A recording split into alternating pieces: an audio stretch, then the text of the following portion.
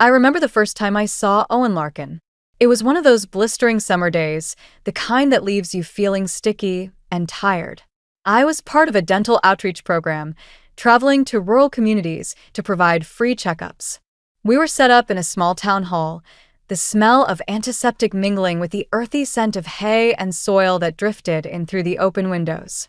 "Hey, you must be Marin," a deep voice said, snapping me out of my thoughts. I turned to see Owen, his broad shoulders filling the doorway. He had this easy smile, the kind that makes you feel like you've known him forever, and I couldn't help but smile back. "That's me," I replied, wiping my hands on my scrubs. "And you must be Owen. Thanks for helping us set up today." He nodded, his eyes crinkling at the corners. "No problem. My boys are getting their checkups, so I figured I'd lend a hand." As we worked, I found myself drawn to his warmth and the way he spoke about his sons, Finn and Leo. There was a kindness in his voice that resonated with me, a promise of family that I had been yearning for. But there was something else too, a heaviness that lingered in his words, like an unspoken burden. Later that evening, Owen invited me to dinner at his family's farm. I was eager to see more of his world, to understand the life he was offering. The farmhouse was charming, with its creaky wooden floors and the smell of fresh bread wafting from the kitchen. I was introduced to his parents, Gladys and Harold, who greeted me with polite smiles that didn't quite reach their eyes. As we sat down to eat, conversation flowed easily at first. Owen's sons were delightful, Finn with his curious questions and Leo with his shy smiles. But beneath the surface, I could feel an undercurrent of tension, especially from Gladys. Her eyes flicked over me like she was assessing an intruder. "So, Marin," Gladys said, her voice sharp enough to cut through the chatter. "How do you find farm life? It's quite different from what you're used to, I'd imagine." I hesitated, feeling the weight of her scrutiny. "It's definitely different," I admitted, trying to keep my tone light. "But I'm enjoying it so far." Gladys gave a thin smile, her gaze unwavering. "It takes a certain kind of person to handle it. Not everyone's cut out for this life." The words hung in the air, and I felt a flicker of doubt. Was she right? Could I really fit into this world, or was I just fooling myself? After dinner, I overheard a conversation between Owen and his mother. I hadn't meant to eavesdrop, but their voices carried through the open window as I helped Finn and Leo with a puzzle in the living room. "She seems nice," Owen was saying, his tone defensive. "Nice isn't enough, Owen," Gladys replied, her voice low but firm. "This isn't just about you. It's about the farm, the boys. We don't need someone who'll run at the first sign of trouble." I felt a chill run down my spine. Her words were like a slap in the face, a reminder of the uncertainty that loomed over everything. My heart ached with the desire to belong, to prove that I could be part of their family. But now, doubt had crept in, whispering that I might never be enough. That night, as I lay in bed, I couldn't shake the feeling of unease. Owen had seemed oblivious to his mother's concerns, but I couldn't ignore them. Was I really ready to give up my career, my life, for a chance at something that might never be mine? I stared at the ceiling, the shadows shifting in the moonlight. The promise of family had drawn me in, but now it felt like a fragile dream, one that could shatter with the slightest touch. I wanted to believe in it, to fight for it, but the path ahead was uncertain, and I wasn't sure I had the strength to walk it alone. As sleep finally claimed me, I knew one thing for sure. Things were about to change, and I had to be ready for whatever came next. Little did I know, the seeds of doubt planted that night would grow into something much more complicated, setting me on a path I never expected to walk. Life on the farm turned out to be a lot harder than I'd imagined. The days started before the sun was even up, with the rooster's crow acting as my alarm clock. I'd stumble out of bed, still half asleep, and dive into a never-ending list of chores. Feeding the animals, collecting eggs, and tending to the garden became my new normal. It was exhausting, and I felt like I was constantly playing catch-up. Owen was always busy, his focus entirely on the farm. He'd leave early and come back late, covered in dirt and sweat, with barely a moment to spare for a conversation. It was like living with a ghost, present but distant. I tried to talk to him about my day, about how hard I was finding everything, but he'd just nod, his mind clearly elsewhere. One afternoon, as I was struggling to fix a broken fence, Finn came over, watching me with those big, curious eyes of his. "Do you miss your old job?" he asked, his voice barely above a whisper. I paused, wiping my brow with the back of my hand. "Sometimes," I admitted, "but I wanted to be here, with you and Leo." He nodded, chewing on his lip thoughtfully. "Grandma says you might not last, that you're too soft for this." The words stung, even though they were just a child's innocent observation. I forced a smile, ruffling his hair. "Well, I'm tougher than I look." But the truth was, I wasn't so sure. Gladys's words echoed in my mind, feeding my insecurities. She seemed to take every opportunity to point out my shortcomings, her disapproval hanging over me like a dark cloud. I tried to brush it off, to focus on the boys and making a home here, but it was hard not to feel like an outsider. One evening, after a particularly grueling day, I found myself in the kitchen with Gladys. We were preparing dinner in silence, the only sound the rhythmic chopping of vegetables. I could feel her eyes on me, weighing and judging. "You know," she said finally, breaking the silence, "Owen's late wife, Sarah, she was a natural at this. Took to it like she was born for farm life." I nodded, unsure of what to say. It felt like a comparison I could never win, a shadow I could never step out from under. "She knew how to keep things running smoothly," Gladys continued, her tone almost nostalgic. "It's not easy, managing all of this." "I'm trying," I said softly, my hands stilling on the knife. She gave a non-committal hum, turning back to her task. "Trying is good, but sometimes it's not enough." Her words lingered long after the conversation ended, gnawing at my resolve.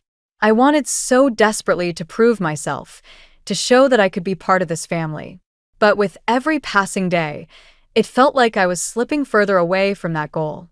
A few days later, something happened that shifted everything. I was in the barn, struggling to stack hay bales, when I overheard Owen talking to his father, Harold. Their voices were low, but the barn was quiet enough for me to catch snippets of their conversation. "She's not cut out for this, Dad," Owen was saying, frustration evident in his tone. "I don't know if she can handle it." Harold grunted, the sound of him shifting his weight audible. "You chose her son. But maybe it's time to rethink things. The farm needs someone strong." My heart sank. It was one thing to face Gladys's criticism, but hearing Owen's doubts cut deeper than I expected. I wanted to confront him, to demand to know if he really felt that way, but fear held me back. What if he agreed with his father? What if I wasn't enough? Instead of confronting him, I threw myself into the work, determined to prove them wrong. But it was like trying to fill a bottomless pit. No matter how hard I worked, it never seemed to be enough to change their minds. That night, as I lay in bed, staring at the ceiling, I realized something had to give. I couldn't keep going on like this, pretending that everything was okay when it clearly wasn't. I needed to find a way to bridge the gap between us, to show Owen that I was in this for the long haul. But as I drifted off to sleep, a new fear crept in. What if I was fighting a losing battle? What if the family I wanted so desperately was slipping through my fingers, and I was powerless to stop it? The uncertainty gnawed at me, leaving me restless and anxious. I didn't have the answers yet, but I knew I had to find them soon. Because if I didn't, I risked losing everything I'd worked for, everything I'd dreamed of. And that was a reality I wasn't ready to face. The attic was a place I'd avoided since moving in. It was dusty and cramped, with cobwebs hanging like ghostly curtains. But Owen had asked me to find some old photo albums, so there I was, sifting through boxes that hadn't been touched in years. I was about to give up when I stumbled upon a small, unmarked box tucked away in the corner. Curiosity got the better of me, and I pulled it out, blowing off the layer of dust. Inside, I found a collection of letters tied with a faded blue ribbon. The handwriting was neat and familiar, and as I read the first letter, my heart sank. They were from Sarah, Owen's late wife. Her words painted a picture that was both intimate and haunting.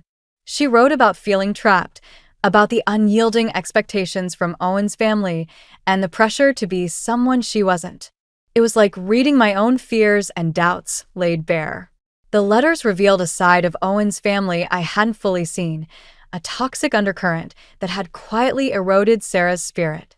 She spoke of feeling isolated, of being judged for every decision, every misstep. It was a mirror of my own experience, and the realization hit me like a punch to the gut. I was still processing this when Owen called from downstairs, his voice pulling me back to the present. I quickly tucked the letters back in the box and hid it behind some old clothes. As I descended the stairs, my mind was racing. How much of what Sarah wrote was still true? Was I heading down the same path she had? That evening, the tension in the house was palpable. Owen seemed distracted, his mind elsewhere as we ate dinner in silence. I wanted to confront him, to ask about the letters, but the words stuck in my throat. Instead, I watched him, searching for signs that he was aware of the storm brewing around us. After dinner, I found myself alone with Gladys in the kitchen. She was washing dishes, her movements methodical and precise. I hesitated, then decided to take a leap. "Gladys," I began, my voice steady. "Did you know Sarah felt overwhelmed here?" She paused, her hands stilling in the soapy water. "Sarah was sensitive," she said finally, her tone dismissive. "Farm life isn't for everyone." But she felt trapped. I pressed, my heart pounding, like she couldn't be herself. Gladys turned to face me, her expression unreadable. "We all have our roles, Marin. It's about knowing your place and doing what's necessary." Her words lingered long after she left the room, a chilling reminder of the expectations that weighed on me. I felt a growing sense of urgency, a need to protect myself and the boys from the same fate that had befallen Sarah. The next day, while Owen was out in the fields, I called Joy. Hearing her voice was like a lifeline, a reminder that I wasn't alone. "Joy, I found something," I said, keeping my voice low. "Letters from Sarah." She was struggling just like I am. Joy was silent for a moment, then she spoke, her tone firm. "Marin, you need to think about what's best for you and the boys. If things are as bad as they seem, you might need to leave." Her words echoed in my mind, but the thought of leaving was terrifying. I'd worked so hard to build a life here, to be a part of this family. But now, I wasn't sure if it was worth the cost. That night, as I lay in bed, I couldn't shake the feeling that something had to change. The letters had opened my eyes to the reality of my situation, and I couldn't ignore it any longer. But how could I confront Owen without tearing everything apart? The next morning, I decided to talk to him. I found him in the barn, repairing a piece of equipment. He looked up as I approached, wiping his hands on a rag. "Owen, we need to talk," I said, my voice firm. He nodded, setting the rag aside. "What's on your mind?" I hesitated, then took a deep breath. "I found Sarah's letters. She was struggling, Owen, just like I am." His expression shifted, surprise giving way to something darker. "Those letters were private," he said, his voice tense. "I know," I replied, my heart racing. "But they're important. They show a side of this family that's hurting us." He looked away, his jaw clenched. "This farm is everything, Marin. It's my legacy, my responsibility. But what about us?" I asked, desperation creeping into my voice. "What about the boys?" He didn't answer, and the silence stretched between us, heavy and oppressive. I realized then that the farm would always come first for Owen, no matter the cost to his family. As I walked away, my mind was made up. I had to protect myself and the children, even if it meant leaving behind the dream I'd fought so hard to build. The letters had been a wake-up call, and I couldn't ignore them any longer. It was time to take action before it was too late. The days seemed to stretch endlessly, each one blending into the next as I wrestled with the decision looming over me. The letters from Sarah had opened my eyes, but they also left me with a gnawing sense of urgency. I needed to protect Finn and Leo, to shield them from the same toxic dynamics that had consumed Sarah. but leaving was easier said than done. One evening, as I sat at the kitchen table, my head in my hands, Owen walked in. He looked exhausted, the day's labor etched into his features. He paused, sensing my turmoil, but said nothing. Instead, he grabbed a beer from the fridge and joined me at the table, the silence between us heavy with unspoken words. "You've been quiet," he said finally, his voice gruff. I looked up, meeting his gaze. "There's a lot on my mind." He nodded, taking a sip of his beer. "Farm life will do that to you." I wanted to scream, to make him see that it wasn't just the farm. It was everything, the expectations, the unyielding pressure, the feeling of being trapped. But instead, I just nodded, the words refusing to come. The next morning, I found myself in the barn with Finn and Leo. They were playing with a litter of kittens, their laughter a balm to my frayed nerves. Watching them, I felt a fierce protectiveness surge through me. I couldn't let them grow up under the same shadow that had suffocated Sarah. "Mom," Finn said suddenly, using the word he'd started calling me, though it still felt new and fragile. "Why are you sad?" I crouched down, pulling him into a hug. "I'm not sad, sweetie. Just thinking." He looked up at me, his eyes wise beyond his years. "About leaving?" The question caught me off guard, and I hesitated. "Why do you ask that?" He shrugged, glancing at Leo. "We heard you talking to Grandma. She said you might not stay." My heart clenched. Gladys's meddling was more insidious than I'd realized. "I'm not going anywhere without you two," I promised, my voice steady despite the turmoil inside. Later that day, as I was hanging laundry, Gladys approached, her expression as unreadable as ever. "You're causing quite a stir," she said, her tone light but with an edge that made my skin prickle. I folded a sheet, trying to keep my voice calm. "I'm just trying to do what's best for the boys." She smiled, but it didn't reach her eyes.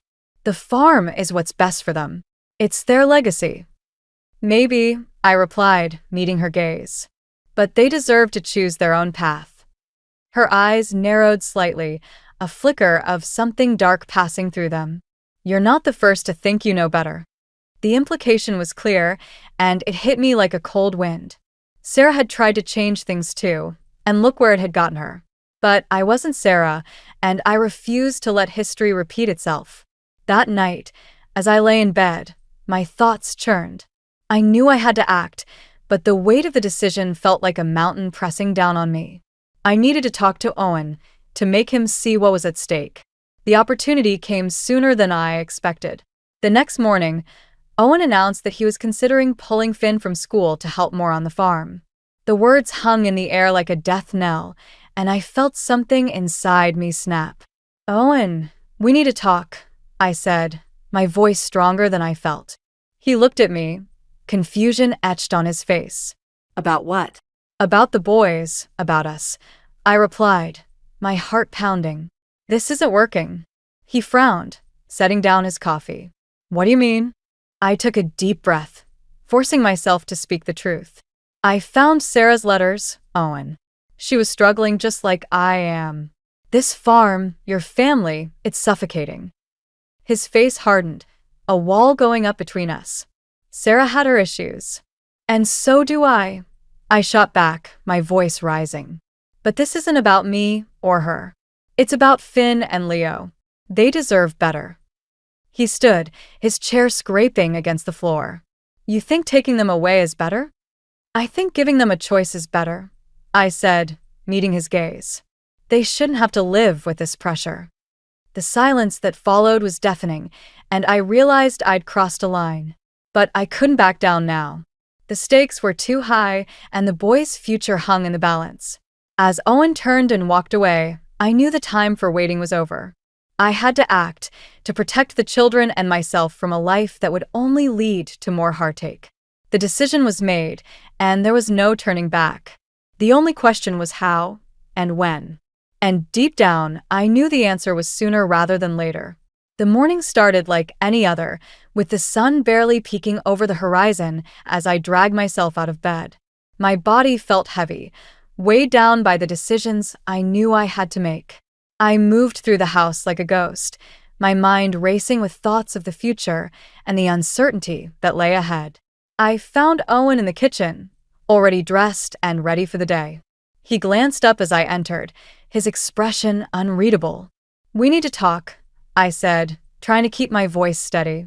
He nodded, setting down his coffee cup. "About what?" "About Finn and Leo," I replied, my heart pounding. "And about us." His eyes narrowed slightly, a flicker of irritation crossing his face. "What about them?" "I don't think pulling Finn from school is the right decision," I said, choosing my words carefully. "He needs to be with other kids to learn and grow." Owen sighed, running a hand through his hair. "The farm needs him, Marin. We all have to pitch in." "But at what cost?" I asked, my voice rising. "He's just a child, Owen. He deserves a childhood." He shook his head, his expression hardening. "This is his legacy. He needs to understand that." The conversation was going nowhere, and I could feel the frustration building inside me. I wanted to make him see, to understand that this wasn't just about the farm. But the wall between us felt insurmountable. Later that day, as I was tending to the garden, Gladys approached. Her presence was like a shadow, always lurking just out of sight. "Owen tells me you're causing trouble again," she said, her voice laced with disapproval. "I'm trying to do what's best for the boys," I replied, not bothering to hide my frustration. She gave a small, dismissive laugh. "You think you know better than us? This farm has been in the family for generations. It's not something you can just walk away from." I straightened, meeting her gaze. "Maybe it's time for change. For the boys' sake." Her eyes flashed, and for a moment, I saw something like fear in them. "You're playing a dangerous game, Marin."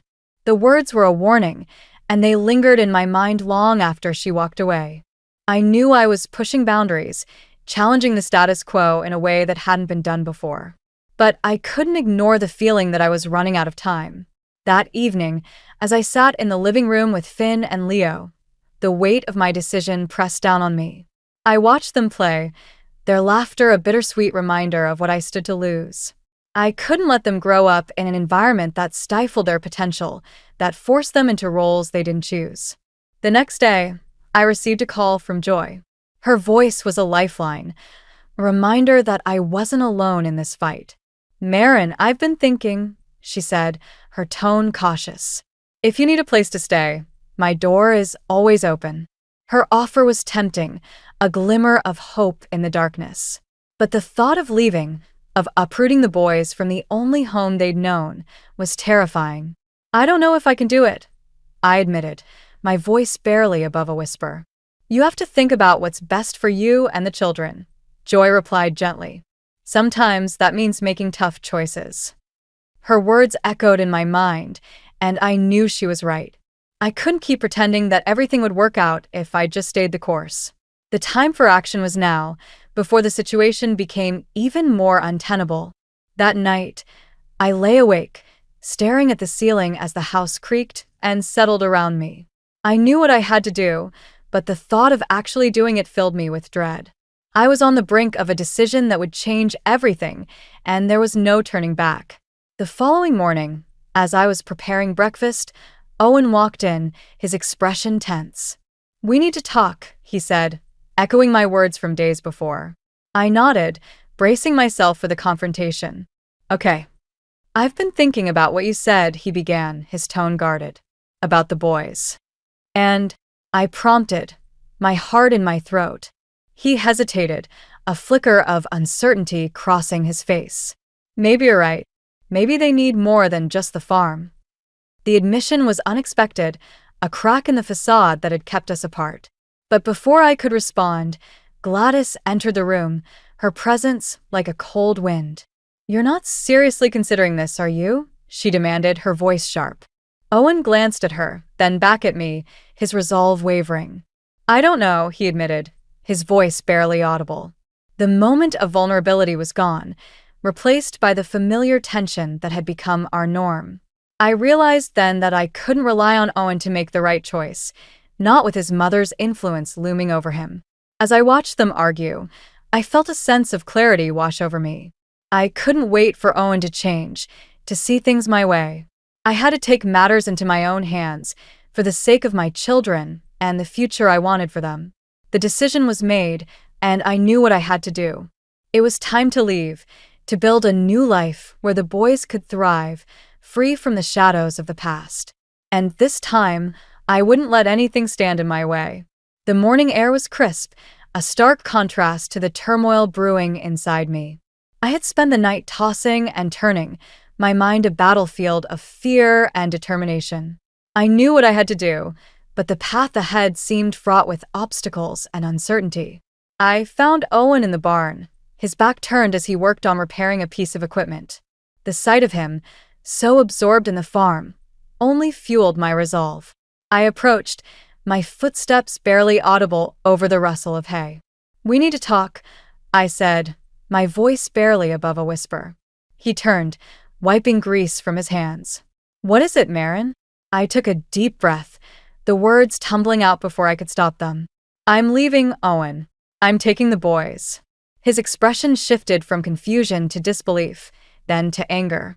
"You can't be serious." "I am," I replied, my voice steady despite the tremor in my hands. "This isn't the life I want for them. Or for me." He shook his head, a bitter laugh escaping his lips. "You think you can just walk away? This is their home." "It's not a home if it feels like a prison," I shot back, the words sharper than I intended. The silence between us was thick with tension, each of us unwilling to back down. I could see the hurt in his eyes, but I couldn't let it sway me. "Not now." "You're making a mistake," he said finally, his voice low. "Maybe," I admitted, "but it's my mistake to make."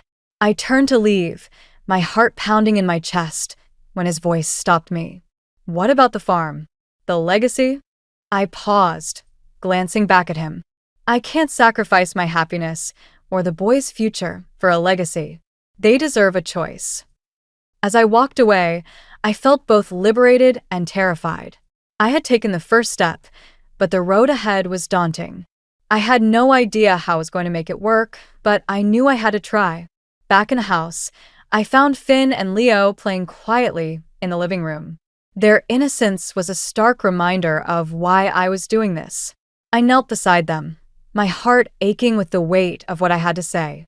"Boys," I began, my voice soft. "We're going on an adventure." Finn looked up, his eyes wide with excitement. "An adventure?" "Yes," I said, forcing a smile. "We're going to visit Aunt Joy." Leo's face lit up, and he clapped his hands. I love Aunt Joy. Their enthusiasm was infectious, but it also made the reality of our situation hit home. I was uprooting their lives, taking them away from everything they knew. But I had to believe it was for the best. As we packed a few essentials, I felt a pang of guilt. I was leaving behind more than just a house. I was leaving behind a dream I had once cherished. But dreams change, and mine had become a nightmare. Just as we were about to leave, Gladys appeared, her expression a mix of disbelief and disdain. "You're really going through with this?" I nodded, my resolve unshaken. "I have to." She shook her head, her eyes cold. "You're making a big mistake, Marin. You'll regret this." "Maybe," I said, echoing my earlier words to Owen. "But I have to do what's right for us." Her gaze lingered on me, and for a moment, I thought I saw a flicker of something like regret. But it was gone as quickly as it had appeared, replaced by the familiar mask of disapproval. As we drove away from the farm, I felt a mix of fear and relief. The road stretched out before us, a path to a new beginning. But the weight of uncertainty hung over me, a constant reminder of the challenges ahead. When we arrived at Joy's, her warm embrace was a balm to my frayed nerves. She welcomed us with open arms, her home a sanctuary from the storm we'd left behind. "You did the right thing," she assured me, her voice a steady anchor. I nodded, though doubt still lingered in the back of my mind. "I hope so." As the boys settled in, I felt a glimmer of hope. We were safe, for now, but the future was still uncertain. I knew Owen wouldn't let us go easily, and the thought of what might come next filled me with dread. But for the first time in a long time, I felt a sense of agency over my life. I was no longer a passive participant in my own story. I was writing a new chapter, one where I could build a life on my own terms. The journey ahead would be difficult, and I couldn't predict what challenges we might face.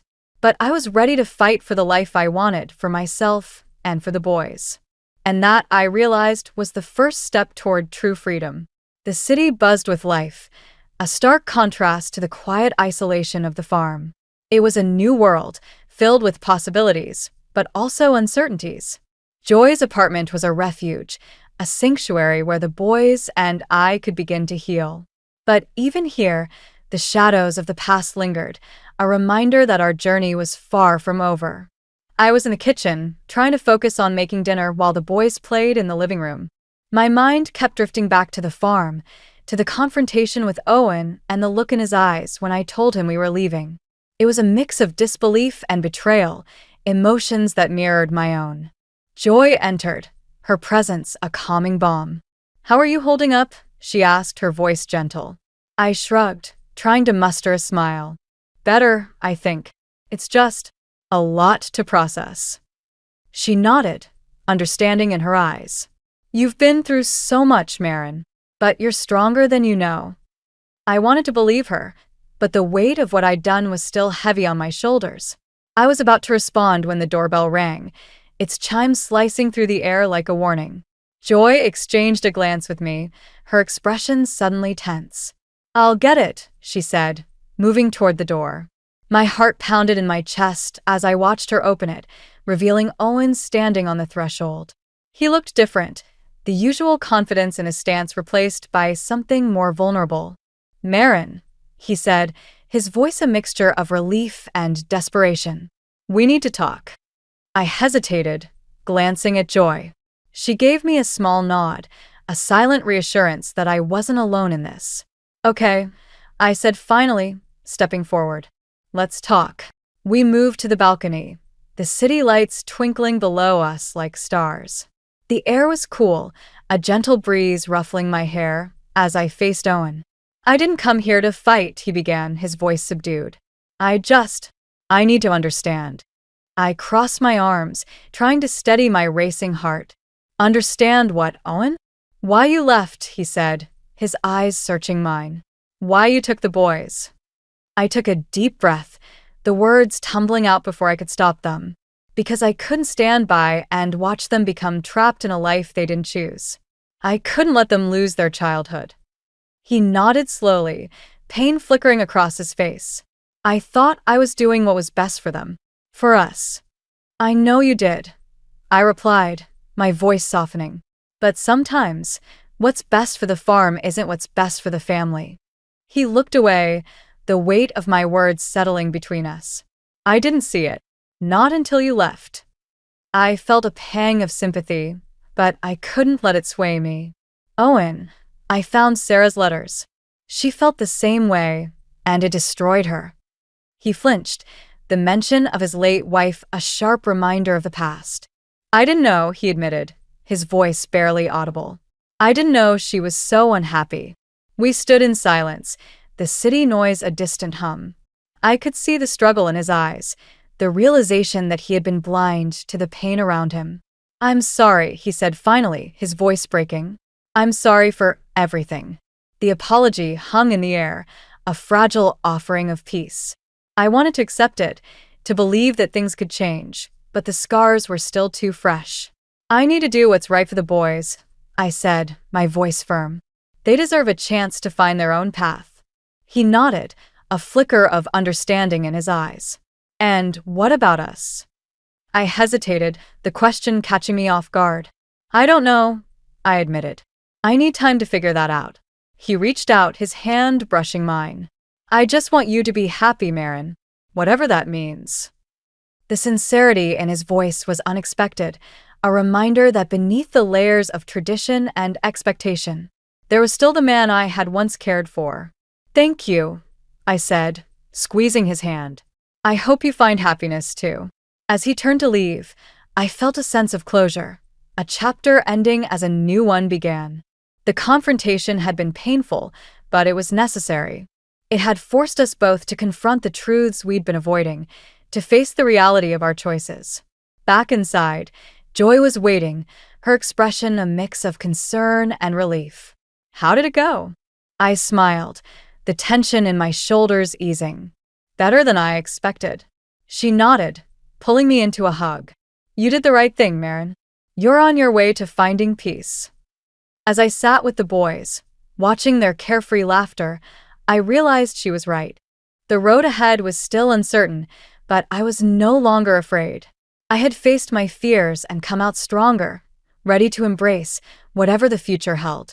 And for the first time, I felt a glimmer of hope that everything would be okay. Life in the city slowly began to feel like home. The boys settled into their new school, their laughter echoing through Joy's apartment as they shared stories of their day. Watching them thrive was a balm to my soul, a confirmation that I'd made the right choice. I found work at a local dental clinic, the familiar routine grounding me in this new chapter of life. The days were busy, but they were filled with a sense of purpose I hadn't felt in a long time. I was building something new, something that belonged entirely to us. One afternoon, as I was leaving the clinic, I spotted a familiar figure waiting outside. It was Owen, his posture more relaxed than I'd ever seen. He wore a tentative smile, and I felt a flicker of surprise at the change in him. "Marin," he greeted, his voice warm. "Can we talk?" I nodded, gesturing for him to join me at a nearby cafe. As we sat down, the air between us felt different, less charged with tension and more with understanding.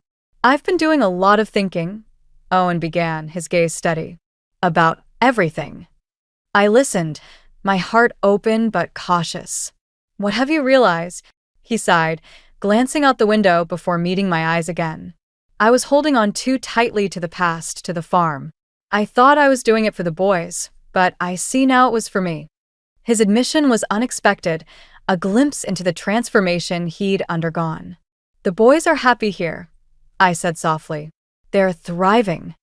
"I can see that," he replied, a hint of sadness in his voice. "And I'm glad. I want what's best for them and for you." I reached across the table, placing my hand over his. "Thank you, Owen.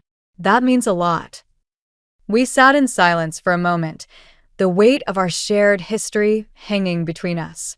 It was a moment of closure, a chance to lay old ghosts to rest. "I've decided to sell the farm," Owen said suddenly, his voice steady. "It's time for a new chapter for all of us." The news was a shock, but it felt right. The farm had been a source of both joy and pain, and letting it go was a step toward healing. "What will you do?" I asked, genuinely curious. He shrugged, a small smile playing on his lips. "Maybe travel, see what else is out there." I've been so focused on the farm, I've forgotten there's a whole world beyond it. I nodded, understanding all too well the need to explore new horizons. "I think that's a great idea." As we parted ways, I felt a sense of peace settle over me. We were both moving forward, each on our own path, but connected by the shared love for Finn and Leo. Back at Joy's, the boys were waiting, eager to share their latest adventures. I listened, my heart full as I watched them, their joy infectious. Later that evening, Joy and I sat on the balcony, the city lights twinkling around us. "You seem lighter," she observed, her tone teasing. I laughed, the sound genuine. "I feel lighter. It's like a weight has been lifted." She nodded, her expression thoughtful. "You've come a long way, Marin. I'm proud of you." Her words warmed me, a reminder of the strength I'd found within myself. I had faced my fears, confronted the past, and emerged stronger for it. As the night deepened, I reflected on the journey that had brought me here. It had been filled with challenges and heartache, but it had also taught me the true meaning of family and the importance of standing up for what I believed in. The future was still uncertain, but I was ready to embrace it, confident in the knowledge that I had the strength to face whatever came next. The next morning, as I prepared breakfast, a letter arrived in the mail. It was from Owen, his handwriting familiar and comforting. Inside, he expressed his gratitude for the time we'd shared and his hopes for the future. It was a heartfelt apology, a promise to be there for the boys in whatever way they needed. I smiled, tucking the letter away. It was a reminder that healing was a journey, not a destination, and that forgiveness was a gift I could give myself. As I watched the boys play, their laughter filling the room, I knew we were going to be okay. We had found our place, and with it, the family I had always yearned for. The journey wasn't over, but it was one I was ready to continue, with love and hope guiding me forward. And that, I realized, was the greatest gift of all.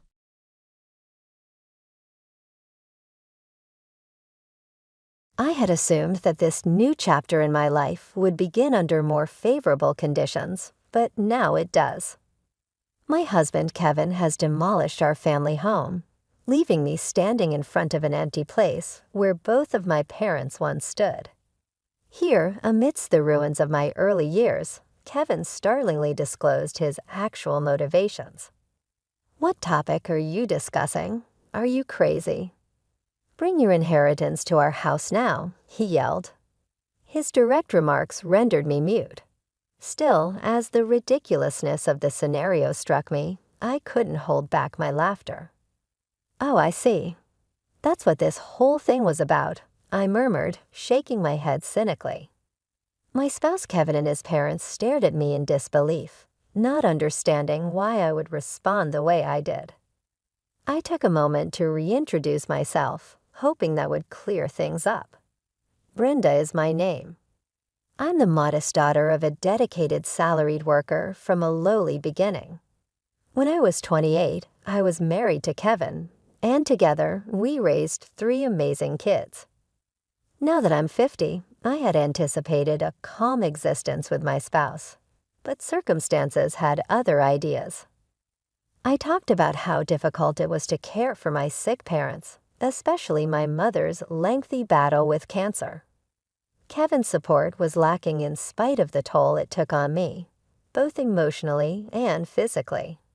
He frequently bemoaned the hardships of sharing my mother's illness, criticizing everything from the cleaning to the food. In the end, we returned to my parents' house so that my mother could receive better care. Kevin continued to be indifferent to her worsening illness throughout this time, which resulted in her being admitted to the hospital and ultimately passing away. It was distressing to see Kevin act so detached during the funeral arrangements. Even during the funeral, when I really needed his support, he remained distant, choosing to sit in the rear with other distant relatives rather than in the family area with me. I had said to him in a whisper, "I wish you would sit with the family," throughout the service. His response was icy and disengaged. "No, I'm not uncomfortable here. After all, I'm not a blood related," he declared. Hearing us talk, his mother interrupted, saying, "He's your spouse, not your mother's son." Here, Kevin is an outsider. Kevin was detached from his family, and his parents echoed him when they said he shouldn't sit in the family area, even while stories and whispers went around among distant relatives about our tense relationship. They argued that, in spite of the evident stress it created, this commitment to custom was justified. Kevin's parents and my brother's family joined us at my house following the funeral. I remained calm and brought them coffee in spite of their previous insensitivity. But what really got me was their comment about how expensive condolence money is, which made it clear how they really felt about the whole thing. The truth of my new life without my parents, and with a partner who seemed more like a stranger than a spouse, dawned forcibly on me as I stood in the rubble of my boyhood home. I forced a grin and exited the room, watching with heavy heart as I overheard bits and pieces of conversation between Kevin and his parents. They were talking, with a hint of derision, about how hard it was to live with me. It wasn't the first time they had behaved disrespectfully.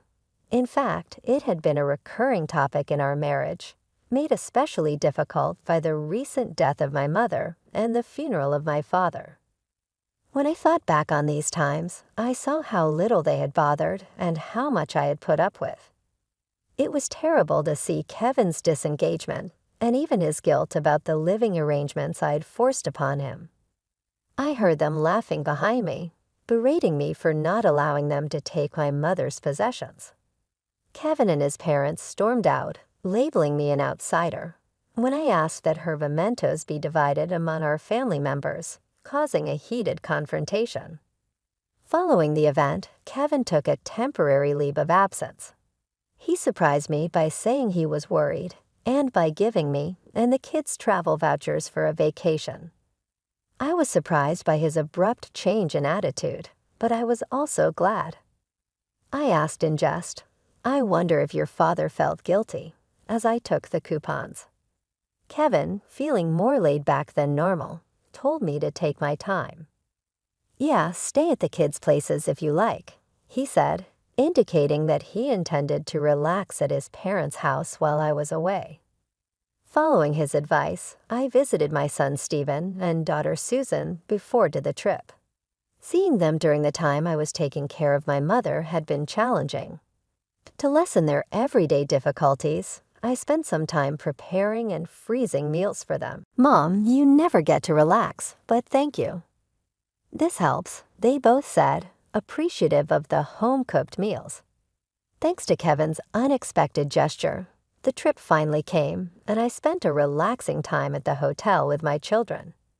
The break seemed to wash away some of the fatigue and sorrow from the months of caregiving and the loss of my parents.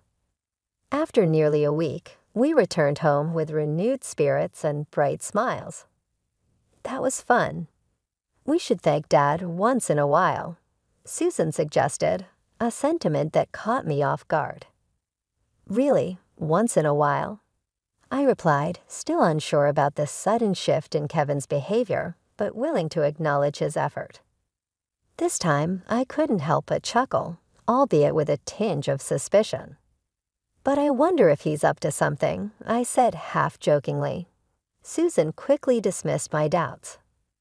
"Don't say that. Your father must have had his reasons," she replied confidently. I smiled, planning to return home, share the wonderful memories with Kevin, and perhaps start afresh in our married life.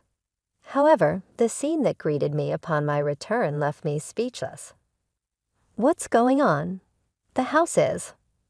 My voice trailed off as I took in the sight of where our family home once stood, now shockingly absent. Then Kevin appeared, his parents smirking behind him, their expressions unnervingly gleeful. "Kevin, what's the meaning of this?" I demanded, my confusion turning to anger. Kevin, mirroring his parents' unsettling smiles, responded, "Finally, the baggage is gone. From today, we'll be living with my parents at my house." His words hit me like a cold splash of water. "Why are you talking about this?" I countered, struggling to maintain my composure against Kevin's arrogant declaration. He coldly continued, "Lost your mind? Your family home has been demolished. Come to our house with the inheritance already. Everything you inherited belongs to me." The truth was stark and painful. The disappearance of my house was Kevin's doing, all for inheritance. Despite the overwhelming mix of frustration and sadness, I refused to let Kevin manipulate the situation. "No way," I thought to myself and burst into laughter at their smug faces. "What? Why are you laughing? What a strange woman. Has she gone mad?" My mother-in-law muttered, looking at me as if I were a ghost. Facing them squarely, I declared, "Don't you guys know? I didn't inherit a single penny, so there's no inheritance." My laughter resumed, mocking their greedy assumptions. Kevin, confused and angry, demanded, "What do you mean? Explain yourself." But I chose silence. There was no need to enlighten them further. I'm not going to live with strangers. If you want to live together, do it alone, I said firmly, rejecting his proposal outright. My mother-in-law's anger flared. "You helped with your parents' household, but you won't do ours," she accused. "You know why I did that, right?" I agreed to live together, didn't I? But you chose to do so because you didn't want to do housework. I retorted, leaving Kevin and his mother biting their lips in frustration. And demolishing my family home on your own. There are things you can and can't do. I yelled at them, the betrayal cutting deep. Without another word, I left the scene, Kevin's voice trailing after me. "Where are you going?" But I didn't look back. I needed to secure a place to sleep for the night and couldn't bear to see Kevin's face any longer. Immediately, I consulted a lawyer. It couldn't be that easy to demolish a house, especially one still in my mother's name. Upon investigation, an unbelievable truth came to light. Kevin and my father-in-law had orchestrated the demolition themselves, utilizing acquaintances from my father-in-law's demolition company and renting heavy machinery. They had even given me the travel vouchers to conveniently get me out of the way. The realization of such deceit brought tears to my eyes and filled me with a profound sense of betrayal. Is there any way to punish the three of them? I asked the lawyer through tears, desperate for justice. The lawyer gave me a reassuring smile as he laid out the legal options. Your husband, who demolished the house registered under your mother's name without permission, can be charged with criminal damage and sued for compensation, he explained. Encouraged, I nodded, and he promptly began the legal proceedings. A few days later, an irate call from Kevin interrupted my thoughts. "What's this letter of demand about?" he demanded. "Oh, you received it. Since you destroyed our important house, you'll have to compensate," I replied calmly, despite my rising anger. "Compensate? I told you we were moving into the family home. I demolished an unused house for you. You should be grateful, not demanding compensation. Just bring your inheritance and come back home," Kevin insisted arrogantly. "Grateful for having our home demolished? Really?" I scoffed over the phone. "And about the inheritance? And coming home? There's none to bring since I didn't inherit anything," I shouted back, my frustration evident. Kevin fell silent, caught off guard by my outburst. The reason I laughed when the house was demolished was because of this. I had a whole year to spend with my mother. It was obvious we would have discussed the inheritance. I told her I don't need anything. Give it all to my brother. Thus, all cash and securities were inherited by my brother. He said that I should get the house since he lived far away and couldn't manage it. If I wasn't going to live there, it could be rented out to someone else. That was the plan for me to inherit the house. Now, either you and your father restore the family home to its original state or pay the amount written in that letter. I'm being kind enough to suggest a settlement. If you can't pay, I'll file a police report and sue you. I spoke firmly. "Sorry, I didn't think you'd be so angry," Kevin replied, his tone changing.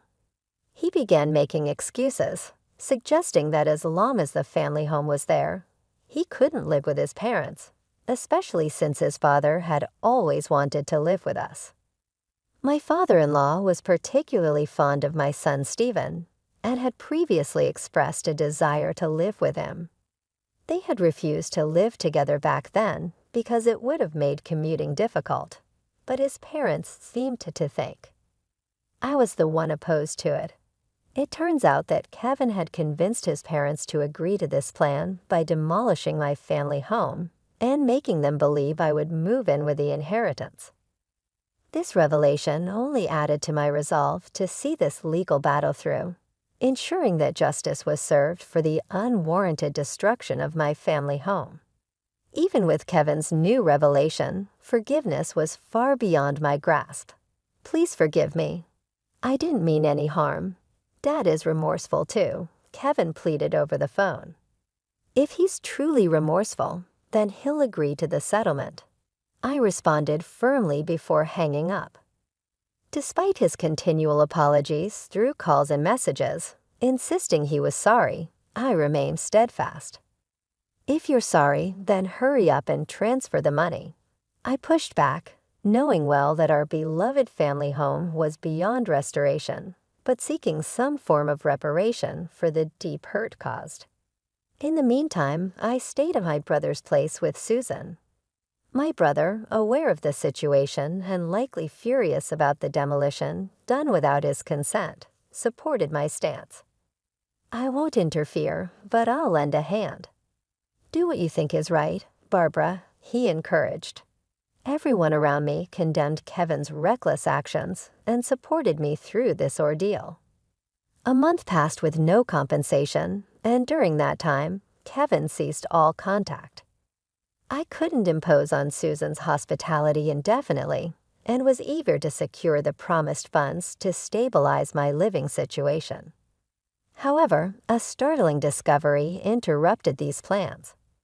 One day, Susan, looking at her smartphone, remarked, "This apron looks a lot like Grandma's." She showed me the screen. It was a product page on a flea market app. The item resembled a unique apron I had made for my mother. "What's this?" I asked, shocked. "This is Grandma's apron." "I made it, so there's no mistake," I said. Susan scrolled through other listings, and we found nearly 50 items that unmistakably belonged to my mother. It was clear to me that Kevin was behind this. Furious, I called him immediately. "What's this about the app, Kevin?" I demanded. He sounded annoyed and feigned ignorance. "Don't play dumb.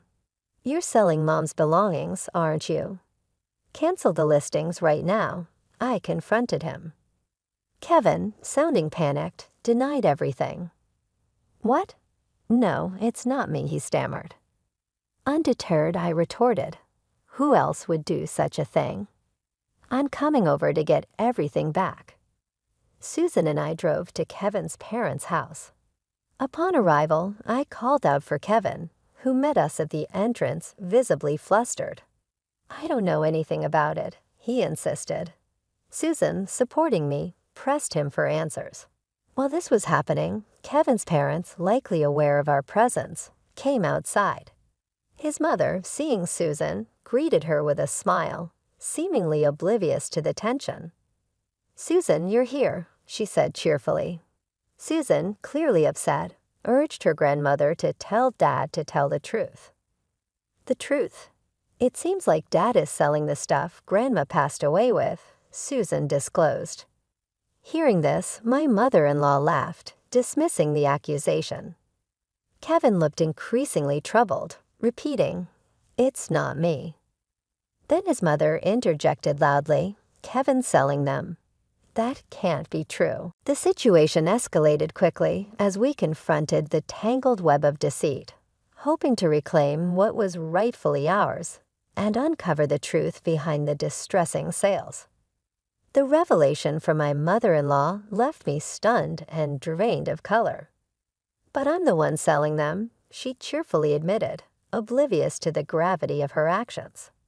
Kevin glanced at his mother with a worried look, clearly aware of the brewing storm. Susan, beside me, was equally shocked, her eyes wide with disbelief. "What did you say?" I managed to utter, struggling to keep my voice steady. My mother-in-law, undeterred, continued to explain her new hobby with a light-hearted air. "It's quite a task, you know. Packaging has to be done carefully, and the photos need to be taken well," she said, treating the whole ordeal as if it were a fun pastime. She seemed completely unaware that she was handling and selling stolen goods. My frustration boiled over. "Cancel the listing." "That's not something Grandma can just sell," Susan implored, her voice breaking as she tried to reason with her grandmother.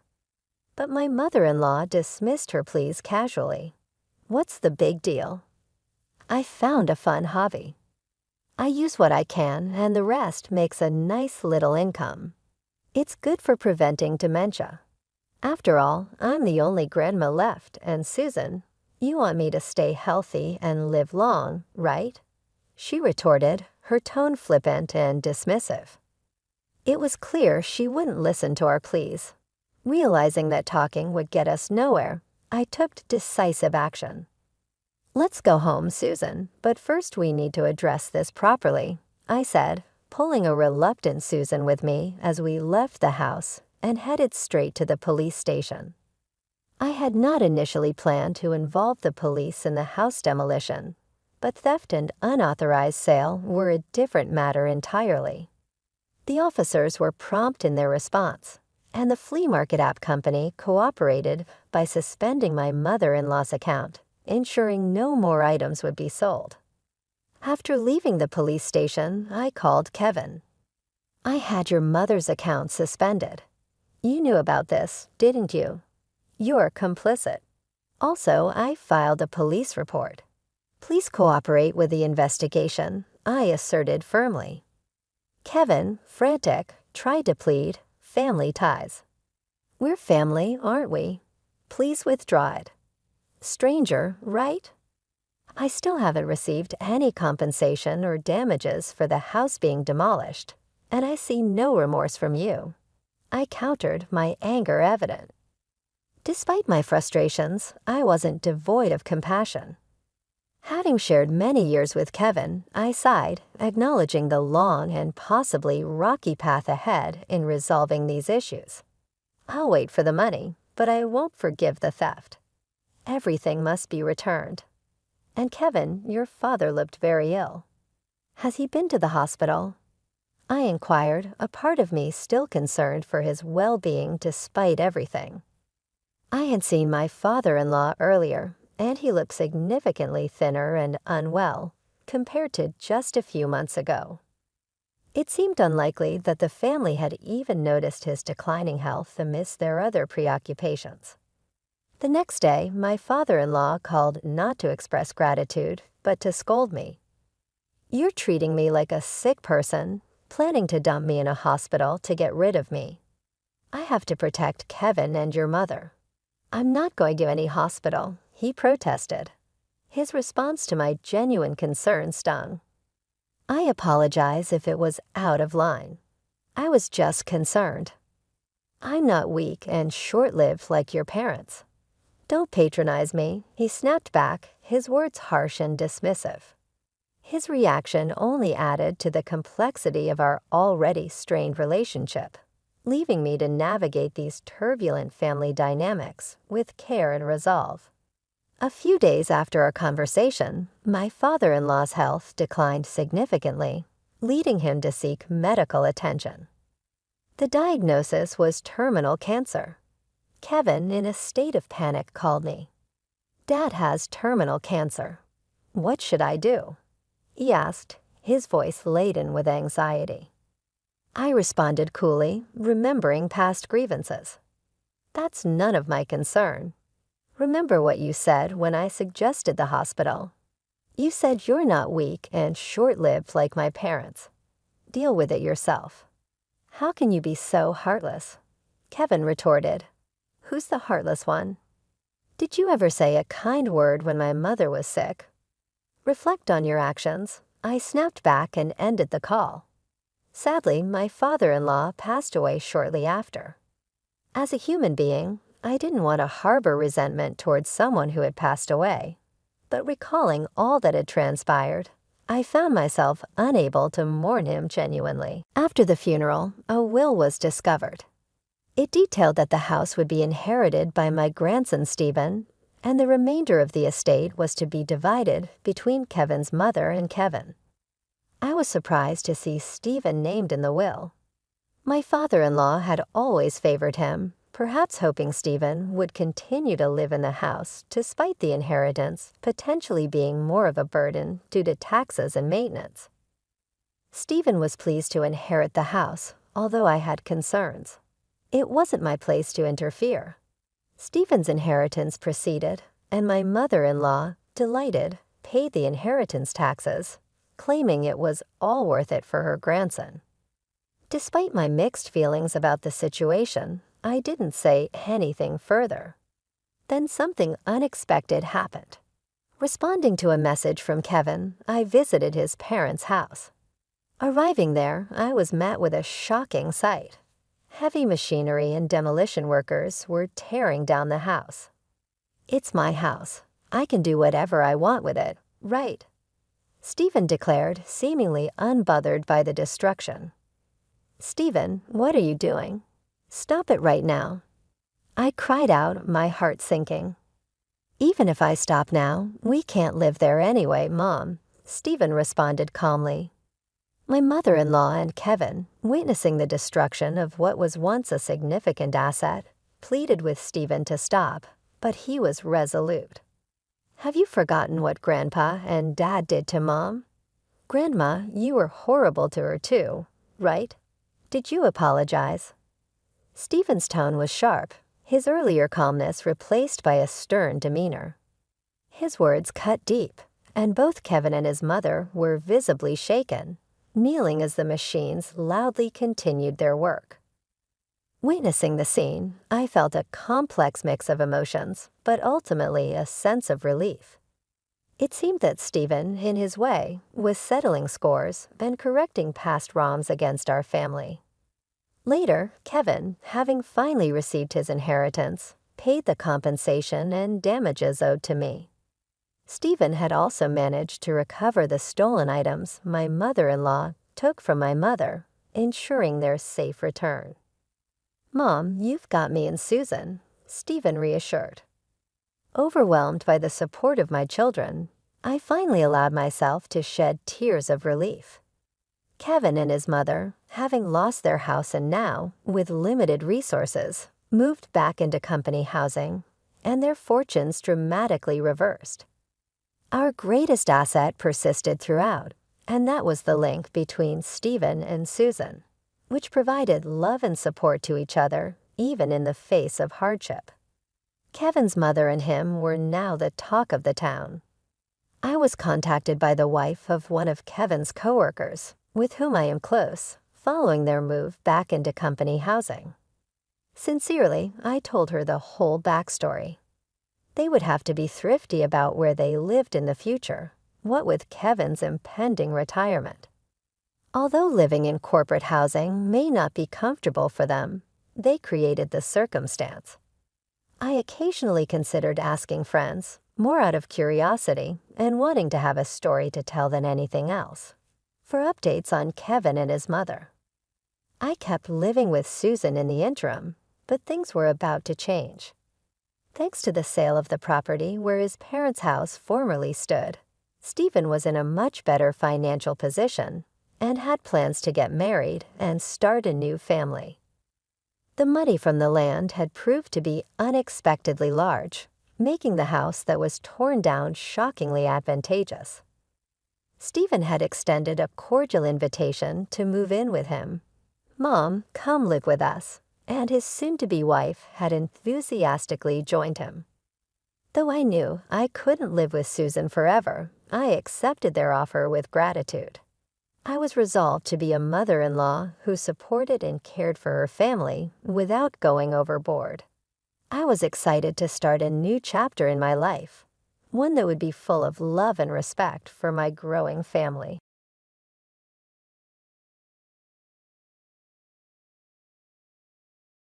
I stood in front of Cheryl and declared my choice with composure. I'm returning to my folks' house. Perhaps we should think about getting a divorce if this doesn't sit well with you, I stated in an emotionless manner. Cheryl looked back at me, her face displaying a mix of amazement and bewilderment as she tried to process how daring my comment had been. It struck her as a severe blow. What are you talking about, Raymond? Her voice was a mix of dismay and bewilderment as she stammered. It's pretty simple, I said, maintaining a cold, detached stare. We could build our new house there with the $7 million you inherited. That's my suggestion. Cheryl felt a knot of stress build in her stomach. Her mother's last gift to her, the inheritance, had suddenly become a pawn in my scheme. She said in a barely discernible whisper, "You can't be serious."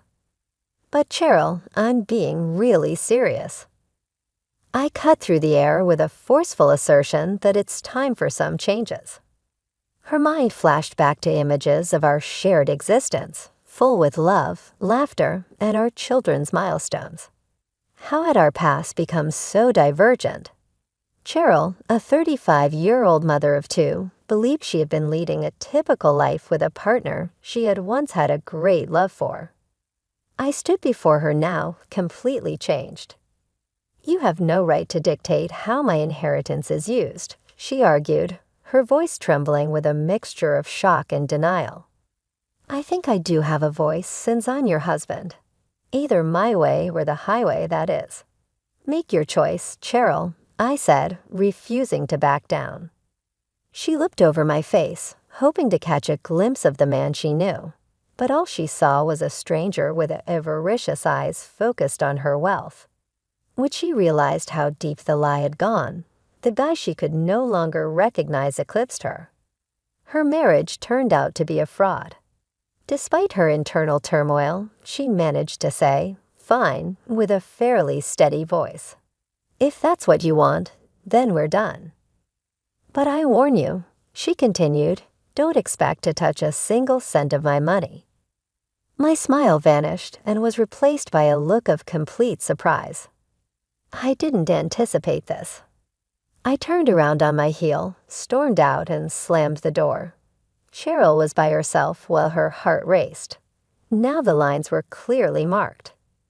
This was now more about her freedom and dignity than it was about money. Cheryl was making breakfast the following morning when the house fell strangely quiet. Her wrath grew as she saw scenes from the altercation from last night over and over in her head. How could I have been so callous? The money wasn't just some random lottery win. Rather, it was a bequest left by her mother, and wasn't something I could spend carelessly. Lisa and Mark, our kids, noticed the heated mood, but said nothing. Even though they were too little to understand the nuances of adult issues, they could sense that something wasn't quite right. For their sake, Cheryl forced a grin. She drove to her late mother's house, which is now empty but nonetheless replete with memories of the past, after leaving them off at school. She recalled, as she sat in the living room, how my parents used to make crude remarks about their children and lifestyle choices. They had always adhered to gender norms, and it appeared that I had picked up on these antiquated ideas. My mother had once mockingly said, "I can't understand why you're still working." Her disdain was evident. A woman's place is at home with the children. I'd never stood up for her. My parents used to make hurtful comments, but I always told her to ignore them. However, Cheryl's self-esteem was repeatedly pricked by those remarks, which felt like needles. Now that her mother had passed away and our marriage was failing, she was filled with animosity against me. She had always been on her own against my parents' criticism, and I had never really been a companion to her. She remembered clearly how my parents had publicly expressed their yearning for a grandson when she was expecting Lisa. Their dismay was evident from the moment Lisa was born. They had urged, next time, make sure it's a boy. In the solitude of the home, Cheryl's determination sharpened. She was aware of her obligations. My parents had been very vocal about their disappointment, hardly hiding it. It hurt too much to see my kid go through such obvious favoritism. Raymond now wanted us to take use of my wealth, to become closer to his parents, and further immerse ourselves in their poisonous atmosphere. Her blood shot up at the very thought. She was going to make sure that didn't happen. She could feel her resolve strengthening as she sat among her mother's belongings. She was not going to be bullied. She made the decision to defend her children as well as herself. Now that Raymond had revealed his true nature, it was time to deal with the fallout. She was ready for the conflict that lay ahead. The battle lines had been drawn. Cheryl prepared for the impending court battle by gathering crucial documents over the course of the following few days. Her attorney, Gloria, a perceptive woman, was comforting. "You're okay, Cheryl. We'll ensure that inheritance remains in its proper place," she smiled confidently. One evening, as Cheryl sorted through her mother's belongings, she discovered an old, dusty envelope hidden in a drawer. Inside, she found a collection of documents, stock certificates, and property deeds.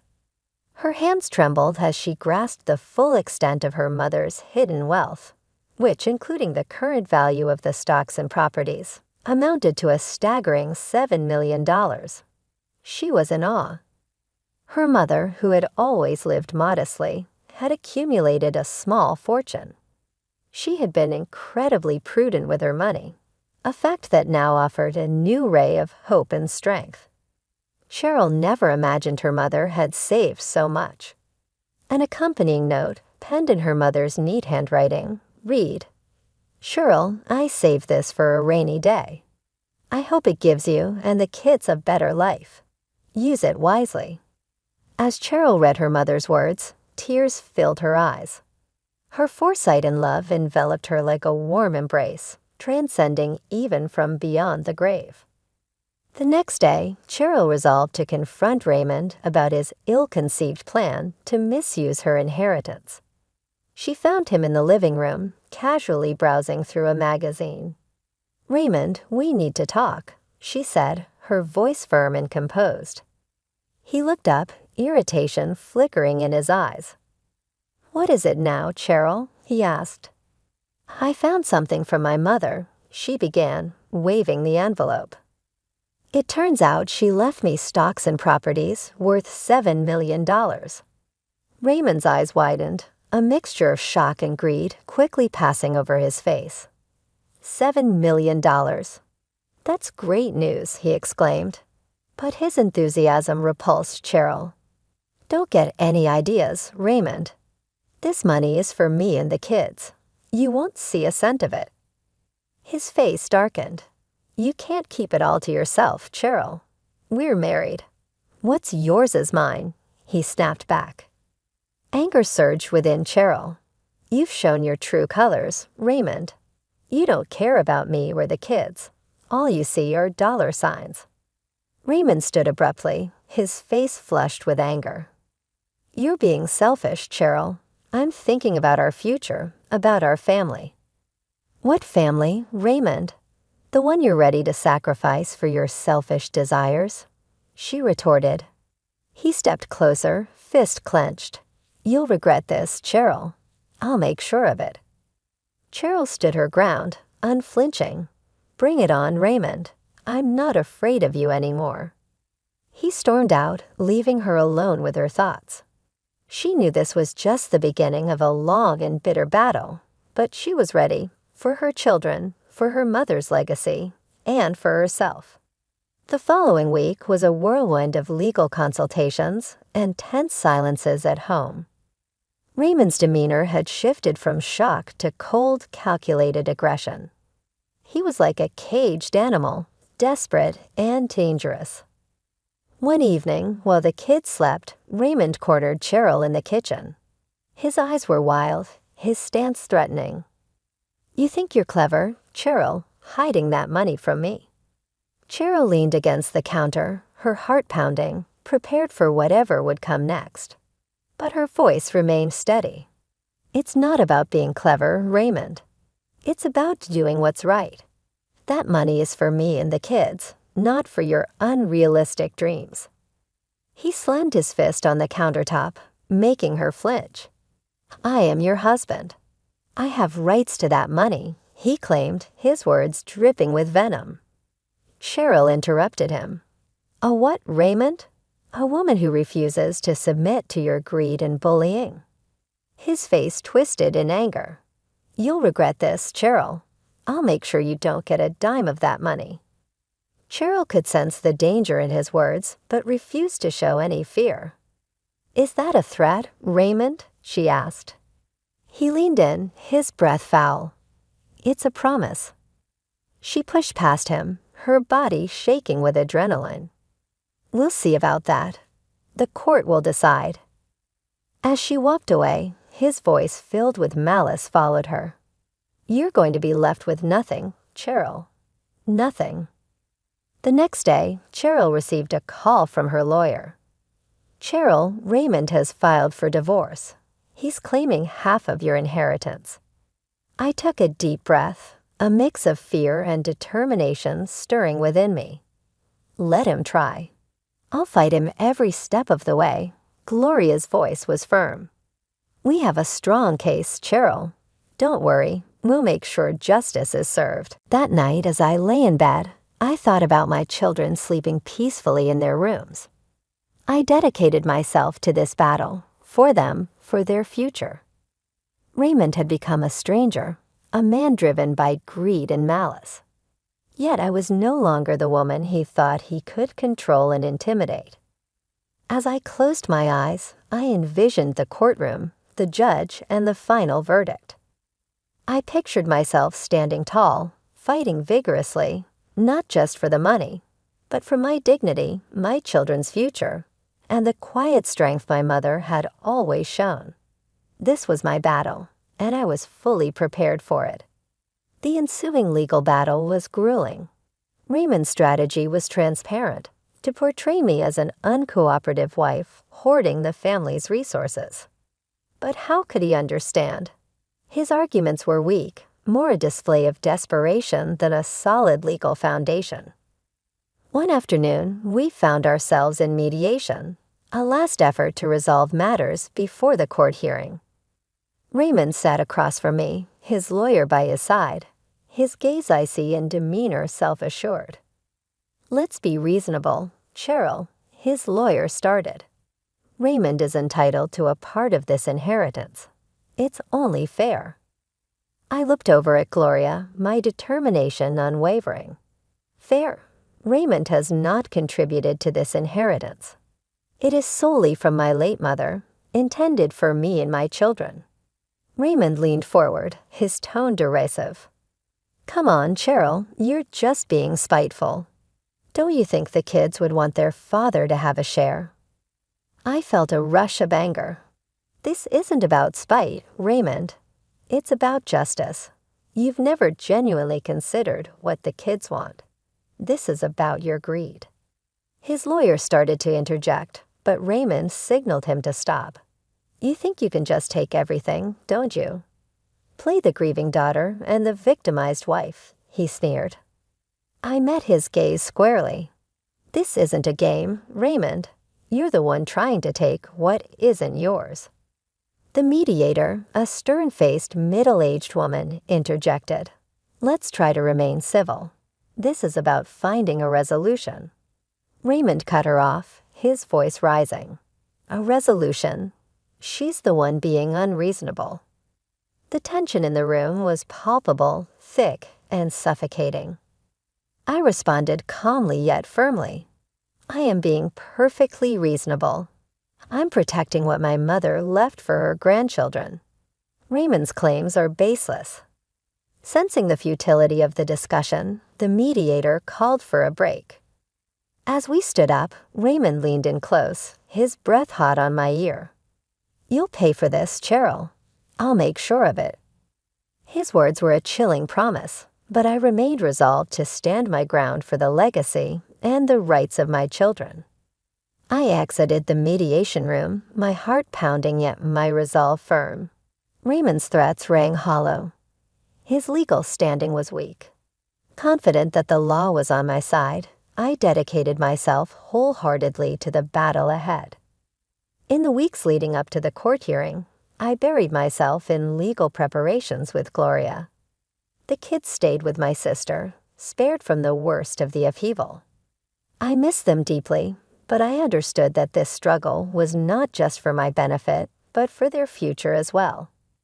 The day of the court hearing finally arrived, and I stood in the courtroom. I steeled myself to face Raymond and counter any misleading story he might present. This was the pivotal moment, and I was ready to fight with every fiber of my being. The courtroom transformed into a battleground where words served as weapons.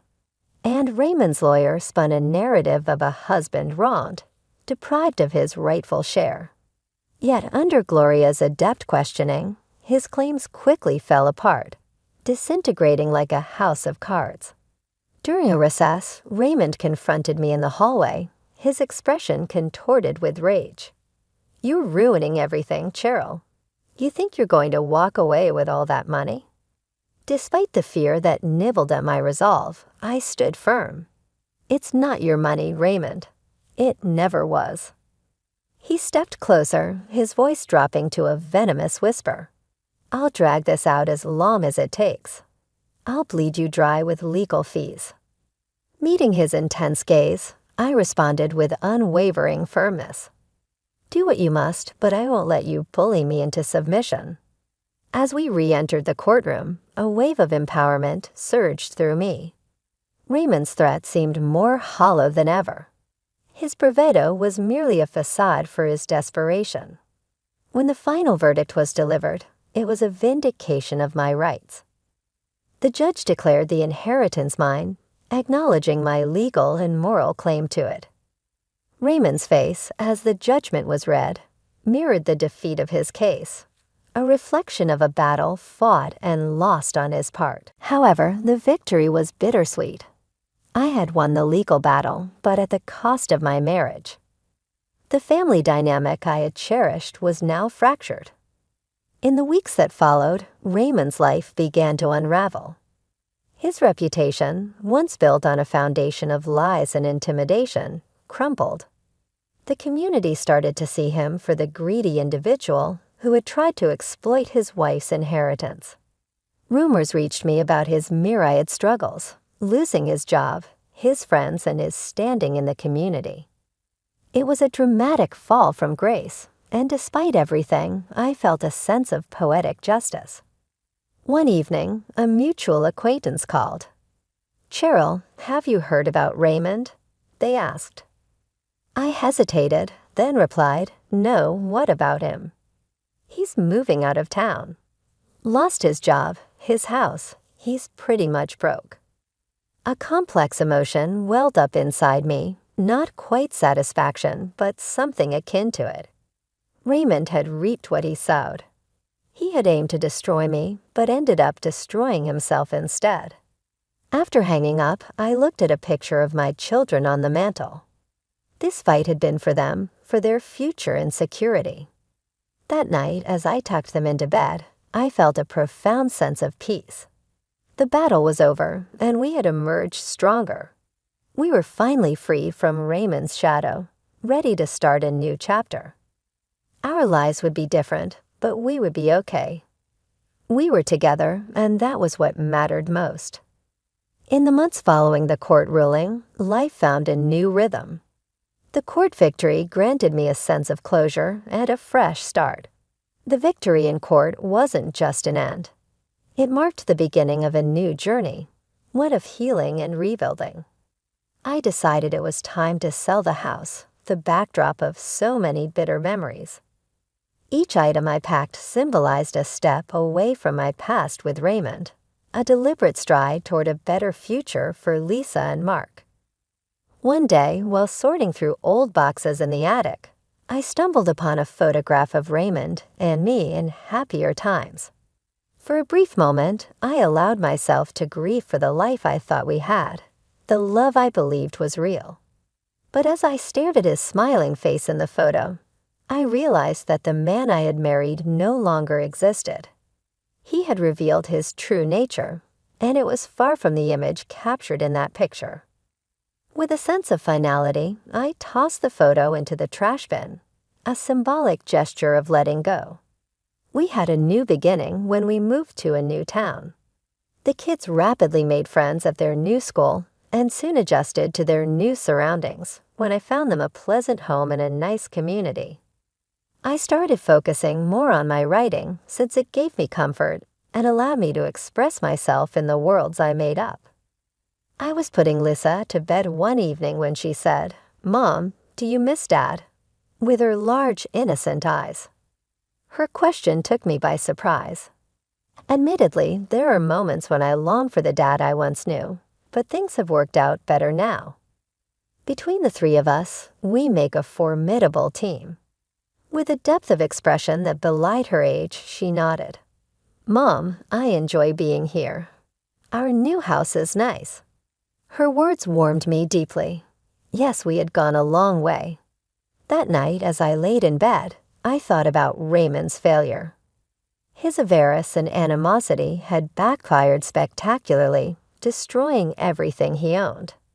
And yet here we were, stronger and closer than ever, rebuilding and enjoying our new existence. Even though I was sorry for Raymond, there was a strong sense of justice in the way things had worked out. I had a long way to go before the kids, and I were fully healed, but we were headed in the right direction. With the inheritance safely deposited, we could be sure our necessities and their schooling would be met. I thought about my mother when I closed my eyes. Our salvation had really come from her courage and wisdom. She had given me the tools to defend my kids and myself based on her expertise. I had a deep sense of calmness as I drifted off to sleep. Clarity and optimism had returned after the storm that had previously threatened to engulf us had passed. Now that the worst had passed and a new day was breaking, we were prepared to face whatever lied ahead with hope and fresh vigor.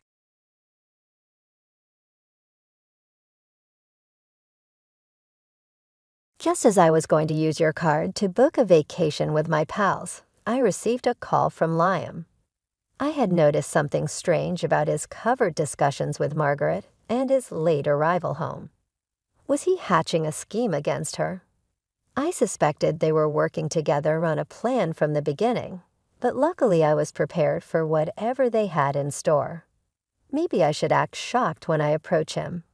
Really? Oh my God. Describe. It's incredible if Liam believes he can fool me, even though I knew he had planned to go on a trip today. I've been calm up until now, but today I lost my patience and wanted to take revenge badly. It's time to confront these obnoxious siblings. I anticipate that the truth will surface after today. I hope they have a great trip, not realizing that I have an ally in their group. I'm Ashley, 35, and I live with my spouse, Liam. Upon my high school graduation, I started working at my present employer right away. I've obtained numerous certificates and a great deal of experience over the years, which has allowed me to land a leadership position at the early age of 20. Even though I'm older than Liam, I manage him at work. After he started working for the company, I trained him and 2 other people. We were close in age, but I took over as his manager very soon. After we moved in together and started dating, our relationship took a conventional path. But when we got engaged, Liam proposed that I become a stay-at-home wife, imagining a time when I took care of the house and we had a family. I soon expressed my worries about our financial situation and my reluctance to leave my job, even after having kids.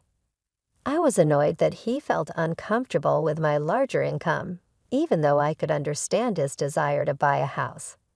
I suggested a middle ground. Let's prioritize organizing our nuptials and house purchase for the time being, and we can discuss kids and my career later. We decided to carry out that idea. To be honest, I didn't plan to quit my work, but I brought up the idea in order to avoid Liam's incessant proposals. While Margaret, Liam's sister, was away due to travel, our engagement celebration brought both families together as our wedding drew near. It was on the day of our wedding that I first saw her. She stormed into the waiting area, gave me a cursory assessment, and said, "So this is who Liam selected. Pretty blah in comparison to his other selections, huh?" I forced a grin and said, "Nice to meet you, Margaret." But all she did was wave dismissively before walking away, leaving me to wonder at her audacious behavior. My new sister-in-law was, as it turned out, quite the character. I later introduced myself to Margaret's husband, and he appeared to be a really kind person. After the beautiful wedding ceremony, Liam and I couldn't wait to move into our new home that we had collectively chosen. Anticipating a hectic schedule, I put more effort into my work. It was a seemingly ordinary day off when the doorbell rang. Since I was busy, I let Liam respond. He came back into the room, laughing and joking. Margaret had dropped by without warning. She casually strolled in and said, "Hi, Ashley. I see Liam is doing really well. Having a home that size. Well done, sir. He is, after all, my younger brother." "I've been working hard," she turned to face me. "Ashley, please feel at home. Have we not had any nibbles or something? Hurry, my sister is here." Liam became more of a shifter. He took on an air of superiority, perhaps bragging to his sister that he had paid cash for the house. Liam insisted on his name being the only one on the title, even though I had paid the down payment and shared equal responsibility for the mortgage payments. Whose name was on the paperwork didn't seem essential at the time, but I didn't like how he presented it to Margaret. Choosing to keep the peace, I refrained from making a scene and calmly offered, "Here are some snacks. Liam works hard, you know." "Why does Ashley sound so bossy?" Margaret whispered to Liam. I overheard and couldn't help but retort, "Well, I am Liam's supervisor at work." "Oh, I see. Did I miss that?" Ashley was a manager at the company when I started. Her career began right out of high school when she decided to leave out in order to pursue employment options. I distinctly recall thinking to myself that I could have quickly exceeded her accomplishments if it had been me. But this idea resulted in a rather awkward exchange of words. "You dropped out of high school one day," I questioned, a little bewildered. "Even though I have more formal education than you seem so confident." She said calmly, "It's true, but keep in mind that I'm your sister-in-law. And I guess I could ask you anything since you didn't complete your education, right?" That was a strange remark. Is it actually the way it operates? I pondered out loud. Ashley went on, "My sister says whatever she says is true. She might simply throw you out if you don't agree." I couldn't understand this rationale. It felt ridiculous that someone could expect me to do anything simply because I didn't have a high school degree, and the danger of getting expelled was just ridiculous. To save myself from more unpleasantness, I forced myself to smile politely and excused myself to the kitchen. I could still hear them talking about the same thing in serious tones from the kitchen. A little later, my sister-in-law trailed me into the kitchen, her expression taking on a more solemn tone. In a casual tone, she said, "Hey, Ashley, I need a favor. I must take out a loan of money, roughly $7,100. Could you please assist? $7,100. That's a significant amount," I retorted in shock. "For what purpose is it needed?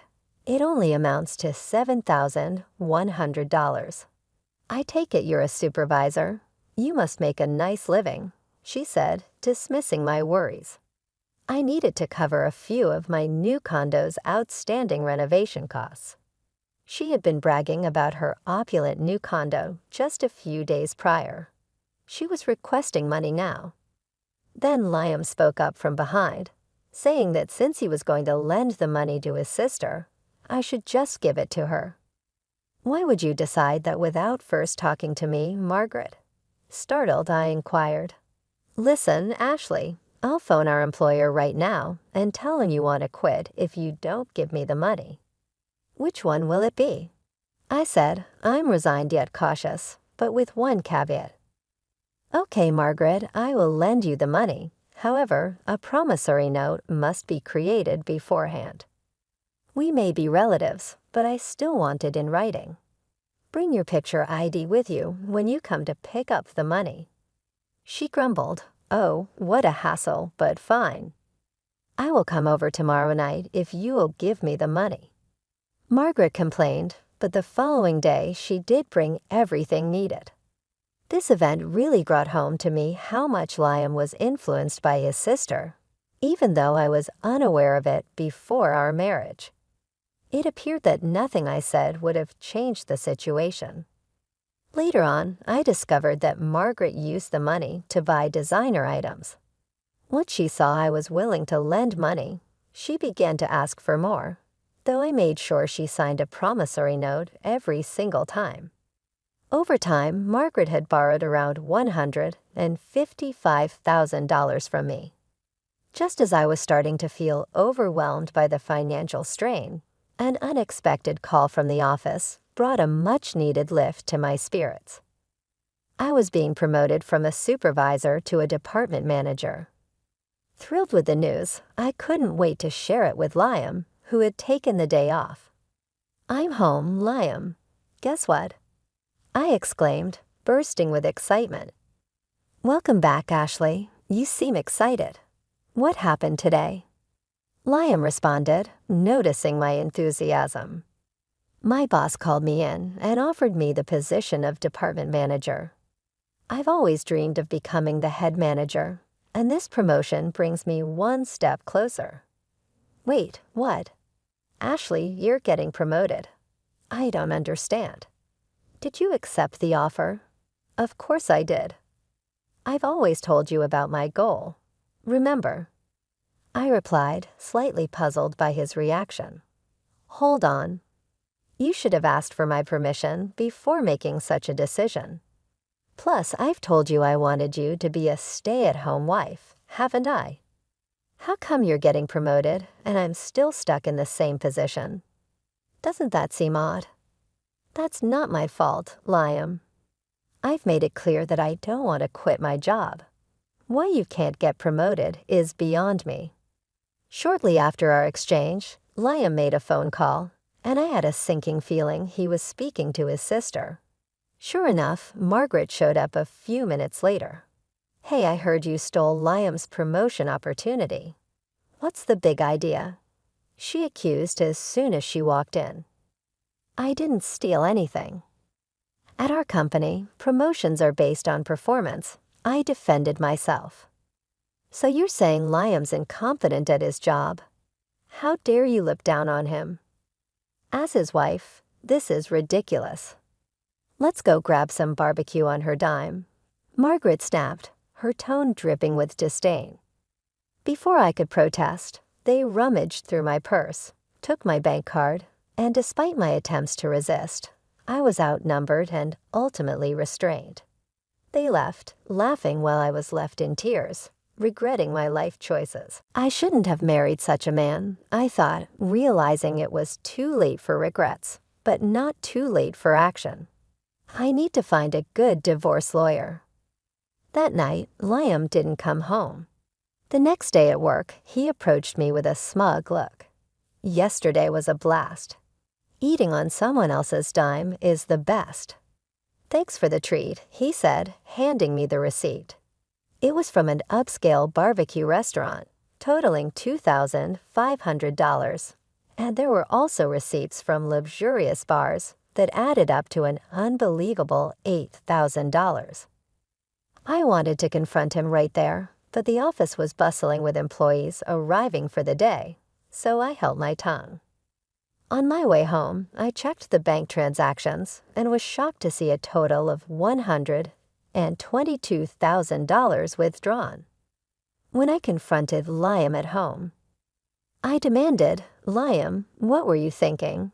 Spending $112,000 on a fancy barbecue and luxurious bars." "It's my money." It was money I had saved from before I was married. Just as I arrived home, Liam started complaining. "That money from your single days." "I don't know, don't care. Can't do anything about it now since I've already spent it." He casually dismissed my concerns before locking himself in the bathroom. That was the last straw. Over the weekend, I decided to consult with a divorce attorney. Since that day, several weeks had passed, and my divorce preparations were moving forward smoothly. Meanwhile, Liam's behavior became increasingly suspicious. He often came home late and rushed out early on his days off. I even considered hiring a private investigator to keep tabs on him. One day, I received an unexpected call from Henry, my sister-in-law Margaret's husband. "Hello, is this Ashley's number?" "Yes, Henry." "It's rare to hear from you," I replied, puzzled. Yeah, it's been a while. Anyway, is my wife there? Margaret? No, she's not here. I informed him. I see. She's been coming home late and leaving without telling me on weekends. She said she was at Liam's place when I asked her yesterday. That's odd. Liam's been acting similarly. Maybe they're going somewhere together. Honestly, it's none of my business anymore, so I don't care, I confessed. Oh, and Henry, there's something I need to tell you too. Can you hear me out? None of your business anymore. What do you mean? He asked, sounding concerned. I then told him everything that had transpired, the money I lent Margaret and the subsequent events. Upon hearing this, Henry sighed deeply. Is that so? I'm sorry to hear about my wife. To be honest, I've been at my breaking point and considered getting a divorce, but I just couldn't take action. Henry, you should use the evidence I've gathered. Maybe you should consider a divorce too. It's not fair for you to be stuck in this situation. Let's give those selfish siblings a taste of their own medicine. Yeah, let's work together on this, he agreed. By the way, I think Margaret and the others might be planning a trip. He mentioned that she had urged him to take a long vacation, and there were travel brochures on my vanity. Curious, I decided to look inside a shelf that Liam had always told me not to touch. Sure enough, I found more travel brochures and club cards. It all started to make sense. Henry, I think they might be planning a trip. I found some brochures. I've got an idea, I shared excitedly. As I explained my plan, Henry laughed and agreed to go along with it. We were both ready to turn the tables on our manipulative spouses. After deciding to collaborate, Henry and I continued our communication through texts and ended our phone call. I sent him several pieces of potential evidence that might be useful for his divorce case. Over the next couple of weeks, we meticulously plotted our next moves. 3 weeks later, early one morning, Liam left the house, a departure I was aware of because Henry had informed me the day before. A few hours into his outing, Liam called, sounding triumphant. I'm going to have a blast using your card with my friends, he boasted. His late nights and secretive calls with Margaret had already tipped me off that something was amiss. Oh, really? What do you mean by that? I played along, feigning ignorance. Seriously, you didn't notice. We planned this trip ages ago. Henry was just our backup in case something went wrong. We thought you were getting too arrogant and decided it was time to teach you a lesson. Now you can't stand up to us anymore, he jeered. I kept my cool, replying, I don't have to tolerate this any longer. I've been patient for so long. A little payback isn't too much to ask for. Feeling detached and void of emotion, I questioned him further. Liam, what did you say earlier about using my debit card? I have my card in my wallet, though. What are you talking about? Here it is. Wait, what the heck is this? There was confusion in his voice. You just noticed? A bit slow, huh? Didn't you take my old gym membership card from the fitness club I used to go to? It's the same color and same stiffness, I pointed out calmly. Oh my God, it does say fitness club, but I swear when I checked it looked like a debit card. Are you sure you didn't just mix them up? Liam was flustered. Hey, I heard everything because you're on speaker. Henry chimed in, equally confused. What's going on? Liam brought a fitness membership card. I'm sure I saw my debit card. Ah, so it was a scheme by Margaret and Liam, huh? I'm so disappointed, I revealed, feigning dismay. Last night, I switched the debit card with the membership card. Seems like you didn't check this morning and just went with it. What? Dude, what the heck are you playing at? Liam's voice crackled with frustration. No, I should be the one asking that, I retorted. Tough break, huh? Don't get too cocky just because you're my stepsister. Got it? You'll remember this when you get back. I've got gifts waiting for both of you when you come back. You trying to bribe us? I won't accept anything but cash. Liam shot back. We'll see about that. Look forward to it, I replied, dismissing his demands. That's beside the point. What should we do now? Oh, Ashley, can you send me some money? Liam's plea was desperate. I hung up the phone, having no desire to entertain any more of his nonsense. After Liam's manipulative message saying, "You better send it, okay." Or worst case scenario, we still have Henry here, you know. I simply replied with, "Is that so?" and went back to sleep. However, my rest was short-lived. I was jolted awake in the afternoon by the incessant ringing of my phone, and the screen lit up with a staggering number of missed calls and messages. First, I dialed my brother-in-law, and then I took Liam's call. "Hey, finally, send the money ASAP, please. It's so cold. I think I'm going to freeze." They were in Alaska, and considering it was February, you can imagine just how freezing it must have been.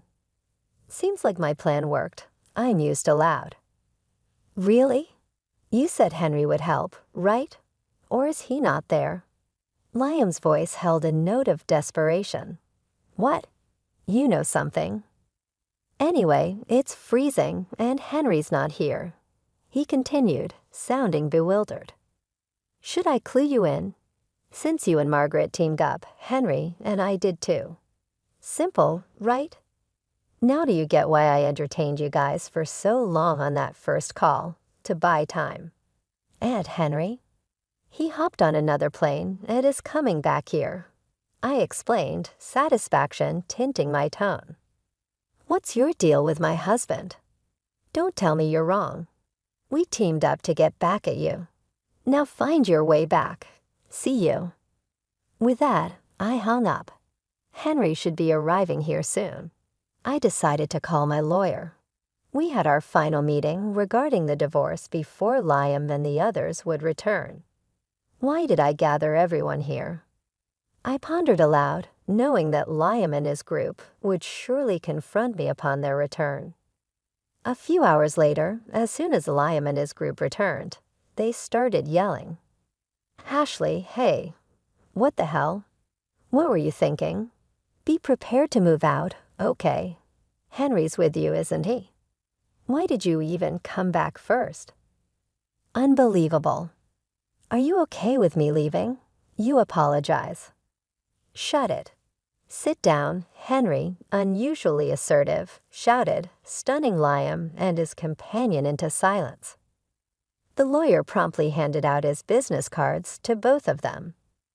They looked dumbfounded as they stared at the cards. Well, here's a gift from us, Henry and I said, handing them a stack of papers. As they read through them, their faces turned pale. Wait a minute. This mentions property division. You're not saying it's about divorce, are you? Liam stammered in disbelief. It's written online, too. It's a divorce, I confirmed. And what did I do? Divorce has got to be a joke, right? Yeah, right, Henry scoffed. Let's head home. I'll go first, I declared, holding a stack of papers. I've been recording your outbursts, Liam, even that call from your vacation. You don't even understand what you've done. I can't continue this way with you. Are you sure about this? Liam asked, disbelief etching his voice. I said it, didn't I? I'm demanding half of the down payment from our house purchase, the rest of the mortgage, and repayment for the savings you squandered from my single days. I turned to Margaret, who was attempting to interject. And Margaret, you spent the money you borrowed from me and also dipped into my savings with Liam. You're going to repay that. No, wait. Liam didn't buy this house, and I never borrowed or used any of it. Margaret protested, her voice rising in panic. Please go through everything, I insisted calmly, gesturing towards the documents. There's a promissory note in there for the amount you've borrowed. No way. I don't know anything about this. If there's no proof, I'll. Margaret's voice trailed off as she grabbed a document, tearing it into pieces and tossing them aside. Simultaneously, Liam stomped on the voice recorder, smashing it under his foot. First of all, Liam, even if you destroy that recorder, there's still data on my computer. And Margaret, that wasn't the original document, I said, shaking my head at their rash actions. What the hell are you two doing? Liam blurted out, his frustration evident. Oops, indeed. You two don't think things through, I retorted. Margaret, I have a claim against you too. You spent all the savings and got cozy with that guy at the bar. Both of them were visibly shaken, tears forming as the reality of their situation dawned on them. I detailed the claims. Liam, you owe a total of $142,000. $10,000 for emotional damages, $120,000 for the down payment on the house, and $112,000 for miscellaneous expenses. There's also an upcoming loan repayment of $3,000. To Margaret, it amounts to $40,000. $10,000 for miscellaneous expenses, and $30,000 for a loan she acknowledged with a promissory note. Henry's claims against Margaret amount to $160,000, $40,000 for emotional damages, and $120,000 for miscellaneous expenses. Without any division of assets like condos, I was confident they wouldn't sue, as the attorney cleverly added, if you sue, you're going to lose for sure. No one will represent you, and it'll just cost you more. Work hard on your repayments, he added. With the settlement clear, I grabbed my packed belongings and left the house. Word had spread at my office, and Liam was transferred to another branch shortly after. Only a few weeks later, I received a message from Liam. Ashley, I want to see you. I never thought life without you would be this lonely. Can we give it another shot? You can work as much as you want. That is not going to occur. Goodbye, I said with firmness. Then there was a message from Margaret. This is Margaret Ashley. I believe you ought to talk to my brother again. Why don't we share a home? Perhaps there has been miscommunication between us. That's when I realized nothing had really changed. Their deeds screamed more than words could, thus it was the right option for me to depart. I think things will be better if we go our separate ways, I told Margaret firmly. That is not going to occur. I apologize. Farewell. They begged me to ignore them, but I refused, blocking their contacts in order to go forward. A little while later, Henry received a similar call from them, so he followed suit. I saw my former house was for sale as I drove by it in the taxi. Since I had severed all ties with them, I was unable to learn how they were coping without the resources they had previously taken for granted. The financial settlements had been completed all at once. For me, positive progress was made in my life. I made a fresh start by moving and buying an apartment. Work has also been satisfying. I recently received word from my supervisor that I've been promoted to regional director, a role I've long desired. Besides, I've started hanging out with Henry after work. We have a lot in common and have easy, interesting conversations despite our different ages. My life is now easier, and my relationship with Henry feels natural. The quality of living has actually improved since the divorce. I'm glad I made the decision to go since it presented me with fresh prospects and offered me new avenues. What transpired between Henry and myself afterwards is a story for another occasion.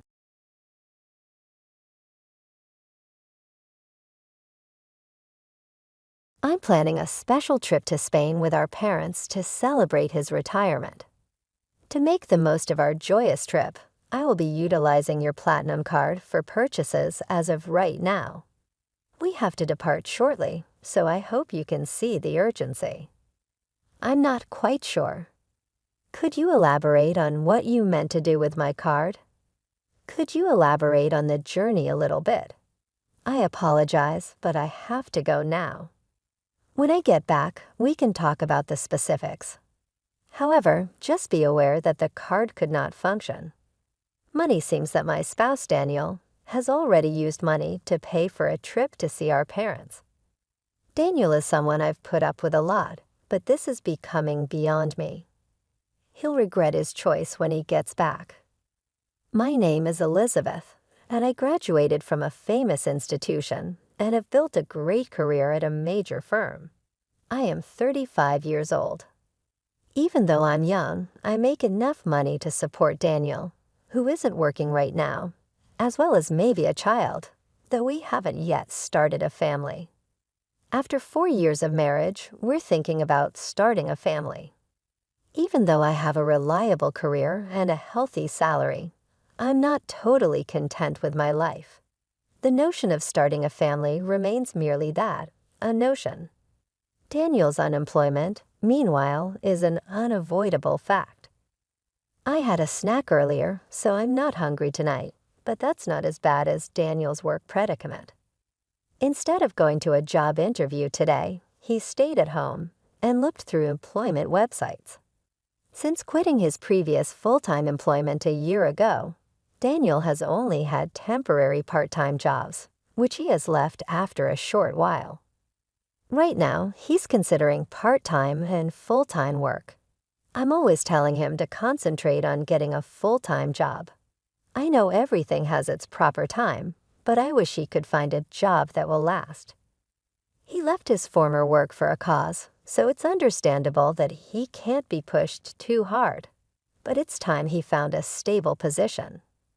Daniel's disagreement over work policies led to a difficult situation at his previous job. With the support of his coworkers, he first refused to back down from his supervisor. But when things got more heated, Daniel's colleagues turned back to the boss, leaving him alone, feeling deceived and deserted. He eventually resigned from the company after finding it more and more difficult to stay on. Following his resignation, Daniel withdrew into himself and stayed mostly by himself in his room. After a few weeks, he started to assist with household chores and get back involved in daily life. He was joking about it, saying he had lots of time on his hands, but his smile stopped short of his eyes. Daniel took an additional 3 weeks before he resumed his job search. He was eager to start over and felt positive about the interviews, but he found that finding a job was harder than he had thought. Rejections mounted despite his qualifications and efforts, which he linked to his acrimonious exit from his prior position. He became discouraged and began to doubt his value as a result. Daniel was profoundly impacted by the cycle of rejection, which made him feel defiant and despairing. I once returned home to discover resumes in shredded form all over the floor of the living room. His most recent interview had obviously not gone well. I took a measured approach and advised him to discard the torn documents. Then Daniel said he wanted to give up looking for a job completely because we could make ends meet on my pay alone. Though some people are happy being stay-at-home moms full-time, Daniel never saw himself in this role. It appeared more like a way out of the difficulties he was having finding work. I chose to give him room and support in the hopes that he would find his way because I understood how difficult he was and the effects of his previous work experience. The arrangement wasn't long-term viable, so in the interim, we needed to have a serious discussion about our future and his job goals. Since I've always been committed to my profession, I won't be sitting about over this long sabbatical. It's intended to be a time of getting ready for the next phase. Hearing that you're concentrating on the future is comforting. There are dynamics associated with living near to my in-laws, Daniel's parents, Helen and Peter. After Daniel quit his work, they began to visit him more often, probably out of concern for him. They were genuinely happy to learn that he was preparing for his next professional step, but the truth was far different. Can you get some more beer on your way home? We're running low. One evening, I inquired. Once more, you're imbibing excessively. Try to reduce it a little, I kindly advised. Okay, I'll stop asking now. Daniel gave a fairly brusque response. I'll get it myself. Daniel was not, despite appearances, getting ready for a new career.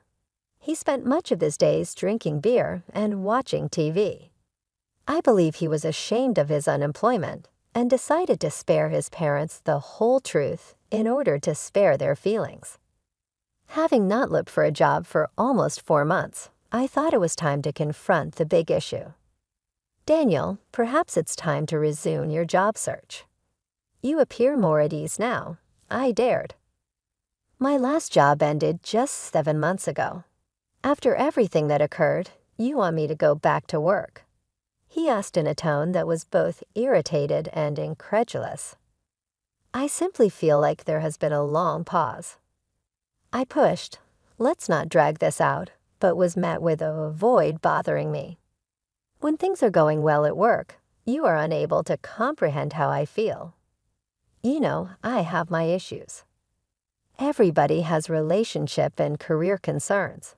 Though Daniel left during our chat, obviously angered by our exchange, it felt like a step forward that he agreed to begin job hunting despite the tension. I was going to apologize to Daniel when he calmed down, hoping to diffuse the situation. He surprised me with his next report, saying, I got a job because you pushed me. One day with a tone that was both reluctant and acknowledging. It's fantastic. Where? I inquired. He answered, at a nearby supermarket, and said, so you'll need to learn and work hard, right? His reply was contemptuous. It's only a part-time job. Not too much labor is required. I think any employment, full-time or part-time, is important, but I refrained from saying anything more because I wanted to wait and see whether this would help him get back on track. Daniel declared, I'm home a few days later. You returned early. How is your work at the pub? I mixed up his real workplace when I asked. I left my job at the grocery store. There was a bossy college student who kept telling me where to store the boxes. It seemed like harassment, he said, clearly frustrated. The student was probably just giving him advice on how to do things properly, which is standard procedure in any workplace. Yet Daniel kept finding and losing jobs. It became evident that obtaining the correct job was not the only obstacle Daniel faced in keeping a job. Since our last meaningful conversation about jobs a year ago, Daniel has told me that he is currently working part-time in a pub, an industry he has never attempted before. It intrigues him, and he thinks he may have found his real calling. Are you serious? That sounds great, I reply, but I can't help but worry about the cost. But isn't the income from a part-time job in a restaurant somewhat limited? Daniel tells me, that's okay. His eyes bright with a newfound resolve. I'm apprenticing right now with the goal of becoming independent. One day, I hope to purchase my own home. That seems like a good plan, I respond, sincerely that he has a purpose. And I gave him some cash to support his new business. Here, take this and treat yourself to something nice for once, I said. But soon enough, the truth peeks out from behind Daniel's upbeat exterior. He leaves the pub job 5 days after our talk. Furthermore, he keeps lying to everyone, even his parents, from whom he fraudulently obtains money. This information comes as a severe blow, and I'm left feeling disappointed and angry with my spouse. I take advantage of a chance one evening while he's watching a movie, resolved to deal with the problem head-on rather than avoid it altogether. Hey Daniel, let's talk, I say, reaching for the remote and pausing the movie. It's frustrating when you pause at the best part. What is it? Daniel complains, clearly annoyed. Daniel, you're 37 now, right? That's prime working age. Don't you think about the future? spending all day at home drinking and just watching TV. The future. There are plenty of 37-year-olds not working. Many people enjoy life without a job, he retorts defensively. True, work isn't everything, but those people have something else they're dedicated to. Do you have something like that? Yeah, I know you're upset about me not working. I'll look for another part. One day, while I was at work, I received an unexpected text from Daniel. Dad's retiring, so we're going to Spain to celebrate. Starting today, I'm borrowing your platinum card. We're going to enjoy ourselves on your credit card. Alarmed, I call them immediately. What do you mean, a trip? Just what I said. I don't understand. Just what I said. Please explain. The implications of his actions are manifold. Celebrating Peter's retirement is fine, but Daniel should have discussed the trip with me before using and essentially taking my money and credit card without asking. The thought that he might have told his parents he paid for it himself, using my credit card no less, fuels my anger and sense of betrayal. This situation is a stark reminder that despite some steps forward, deeper issues still need to be addressed. Daniel's recent actions brought us to a notable moment in our ongoing struggles with responsibility and communication as we discussed his upcoming trip to Spain. Daniel mentioned something that caught me off guard. My attention, you mentioned borrowing a credit card. Do you mean the one from our house? Yeah, why? He replied nonchalantly. I own a platinum credit card. Contrary to popular belief, it's not just for those with high incomes. Factors like credit history and stable income play a part. It's quite possible to secure one in your 30s. Despite its high annual fee, I find value in the benefits and points it offers. However, that credit card was supposed to be in my wallet, so you took the credit card from home. I pressed. Yeah, so I'm counting on you for the payment. Daniel responded a bit too cheerfully for the situation. His casual demeanor and readiness to depart made it clear he thought he had everything under control. But the truth was about to complicate his plan significantly. What are you waiting for? We need to leave, he urged, eager to get moving. Hold on, I interrupted.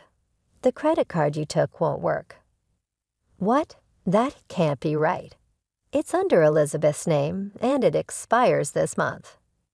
It's close, but it shouldn't be an issue, he countered, disbelief creeping into his voice.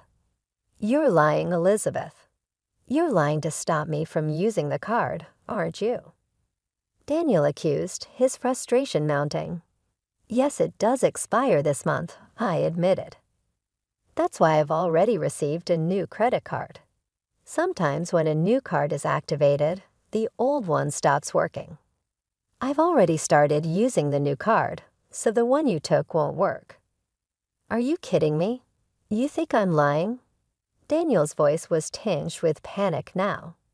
If you don't believe me, I can send you the URL to the credit card website, or you can just try using the card. It would be funny to see you try to pay with a card that doesn't work. This credit card really won't work, he muttered more to himself than to me. I could hear his parents calling him in the background, but he seemed too flustered to respond. What should I do? I told them I'd pay for everything except the round-trip travel. Oh, they covered the flight? Yes. Dad felt bad about covering all the trip costs, Daniel explained, a hint of relief in his voice. What should I do? I'm about to take a cab, and I don't even have money for that. That's not my problem, I responded firmly. You said you would pay for everything except the flight. Using my credit card in the first place was wrong. You should pay with your own money. How can I? I don't have any money right now, Daniel exclaimed, the reality of his predicament sinking in. Daniel, you haven't been taking work seriously. I concluded, the situation unfolding as a stark reminder of the broader issues at play. Daniel's reliance on deception, rather than facing his responsibilities, head-on led us to yet another crossroads. It all came to a head when Daniel tried to impress his parents by taking them on a trip without having any actual means to fund it. As I hung up the phone to return to my work, I left Daniel in a predicament where he would eventually need to confess to his parents about his financial deception. Later that evening, after my workday ended, I received a call from Helen, Daniel's mother. I heard from Daniel. He tried to use your credit card and lied about working. I'm sorry for the trouble, she apologized. No, don't apologize, Helen. I'm sorry for the inconvenience with the credit card. Are you okay with the money? I asked, trying to smooth over the immediate concerns. We'll cover the cost of this trip when we return.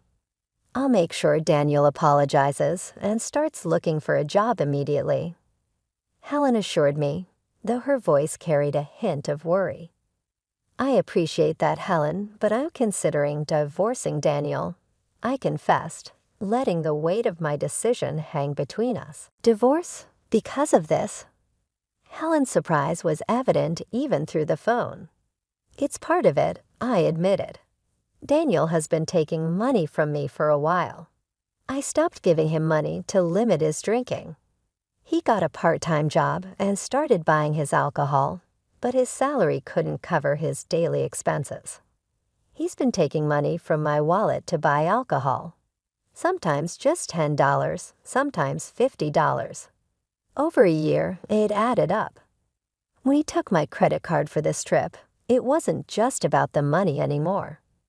It made me realize he had no intention of changing.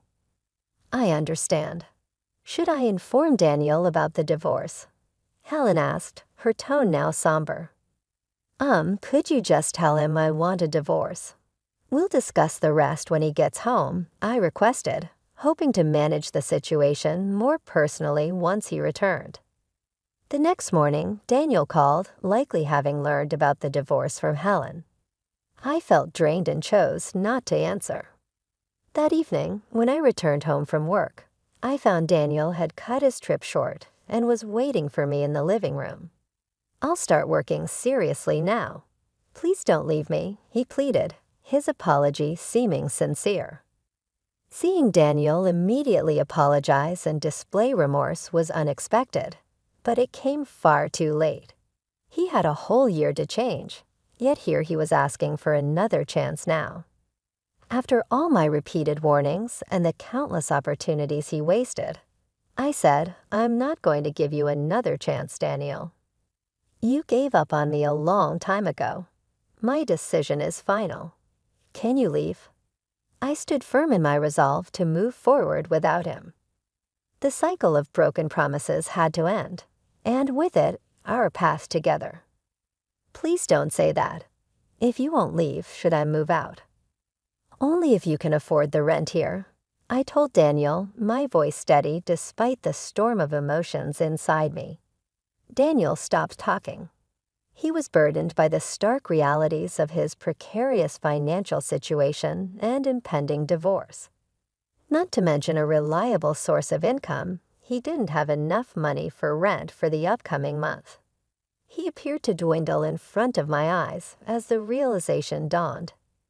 Daniel had no choice but to silently leave the house. I saw him leave. Though I forced myself to remember that Daniel is not a child, a part of me wanted to give assistance with transportation. He must take care of his business. Seeing him go under such peculiar circumstances was a terrible event. Helen called me later, after Daniel had left for his parents' place. He was supposed to depart the following day, but they had allowed him to stay for the night. They were concerned that if he lingered on, it would increase his reliance on them. Even though it was difficult for them, they thought it was essential to Daniel's growth. Daniel spoke with obvious desperation when he got back to our place. Please provide a hand.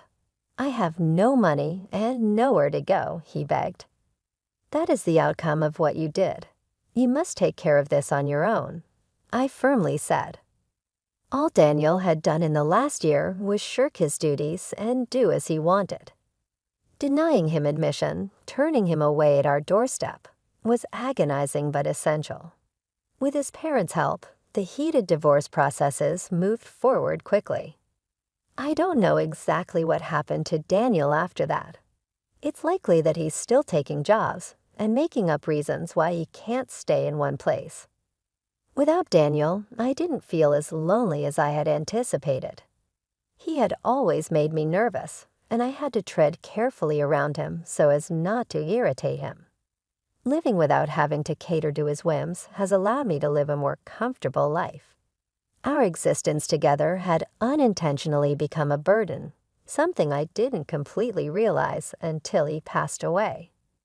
I'm living a lighter, more genuine life now that I'm free of that burden and am not dependent on the shortcomings and wants of other people.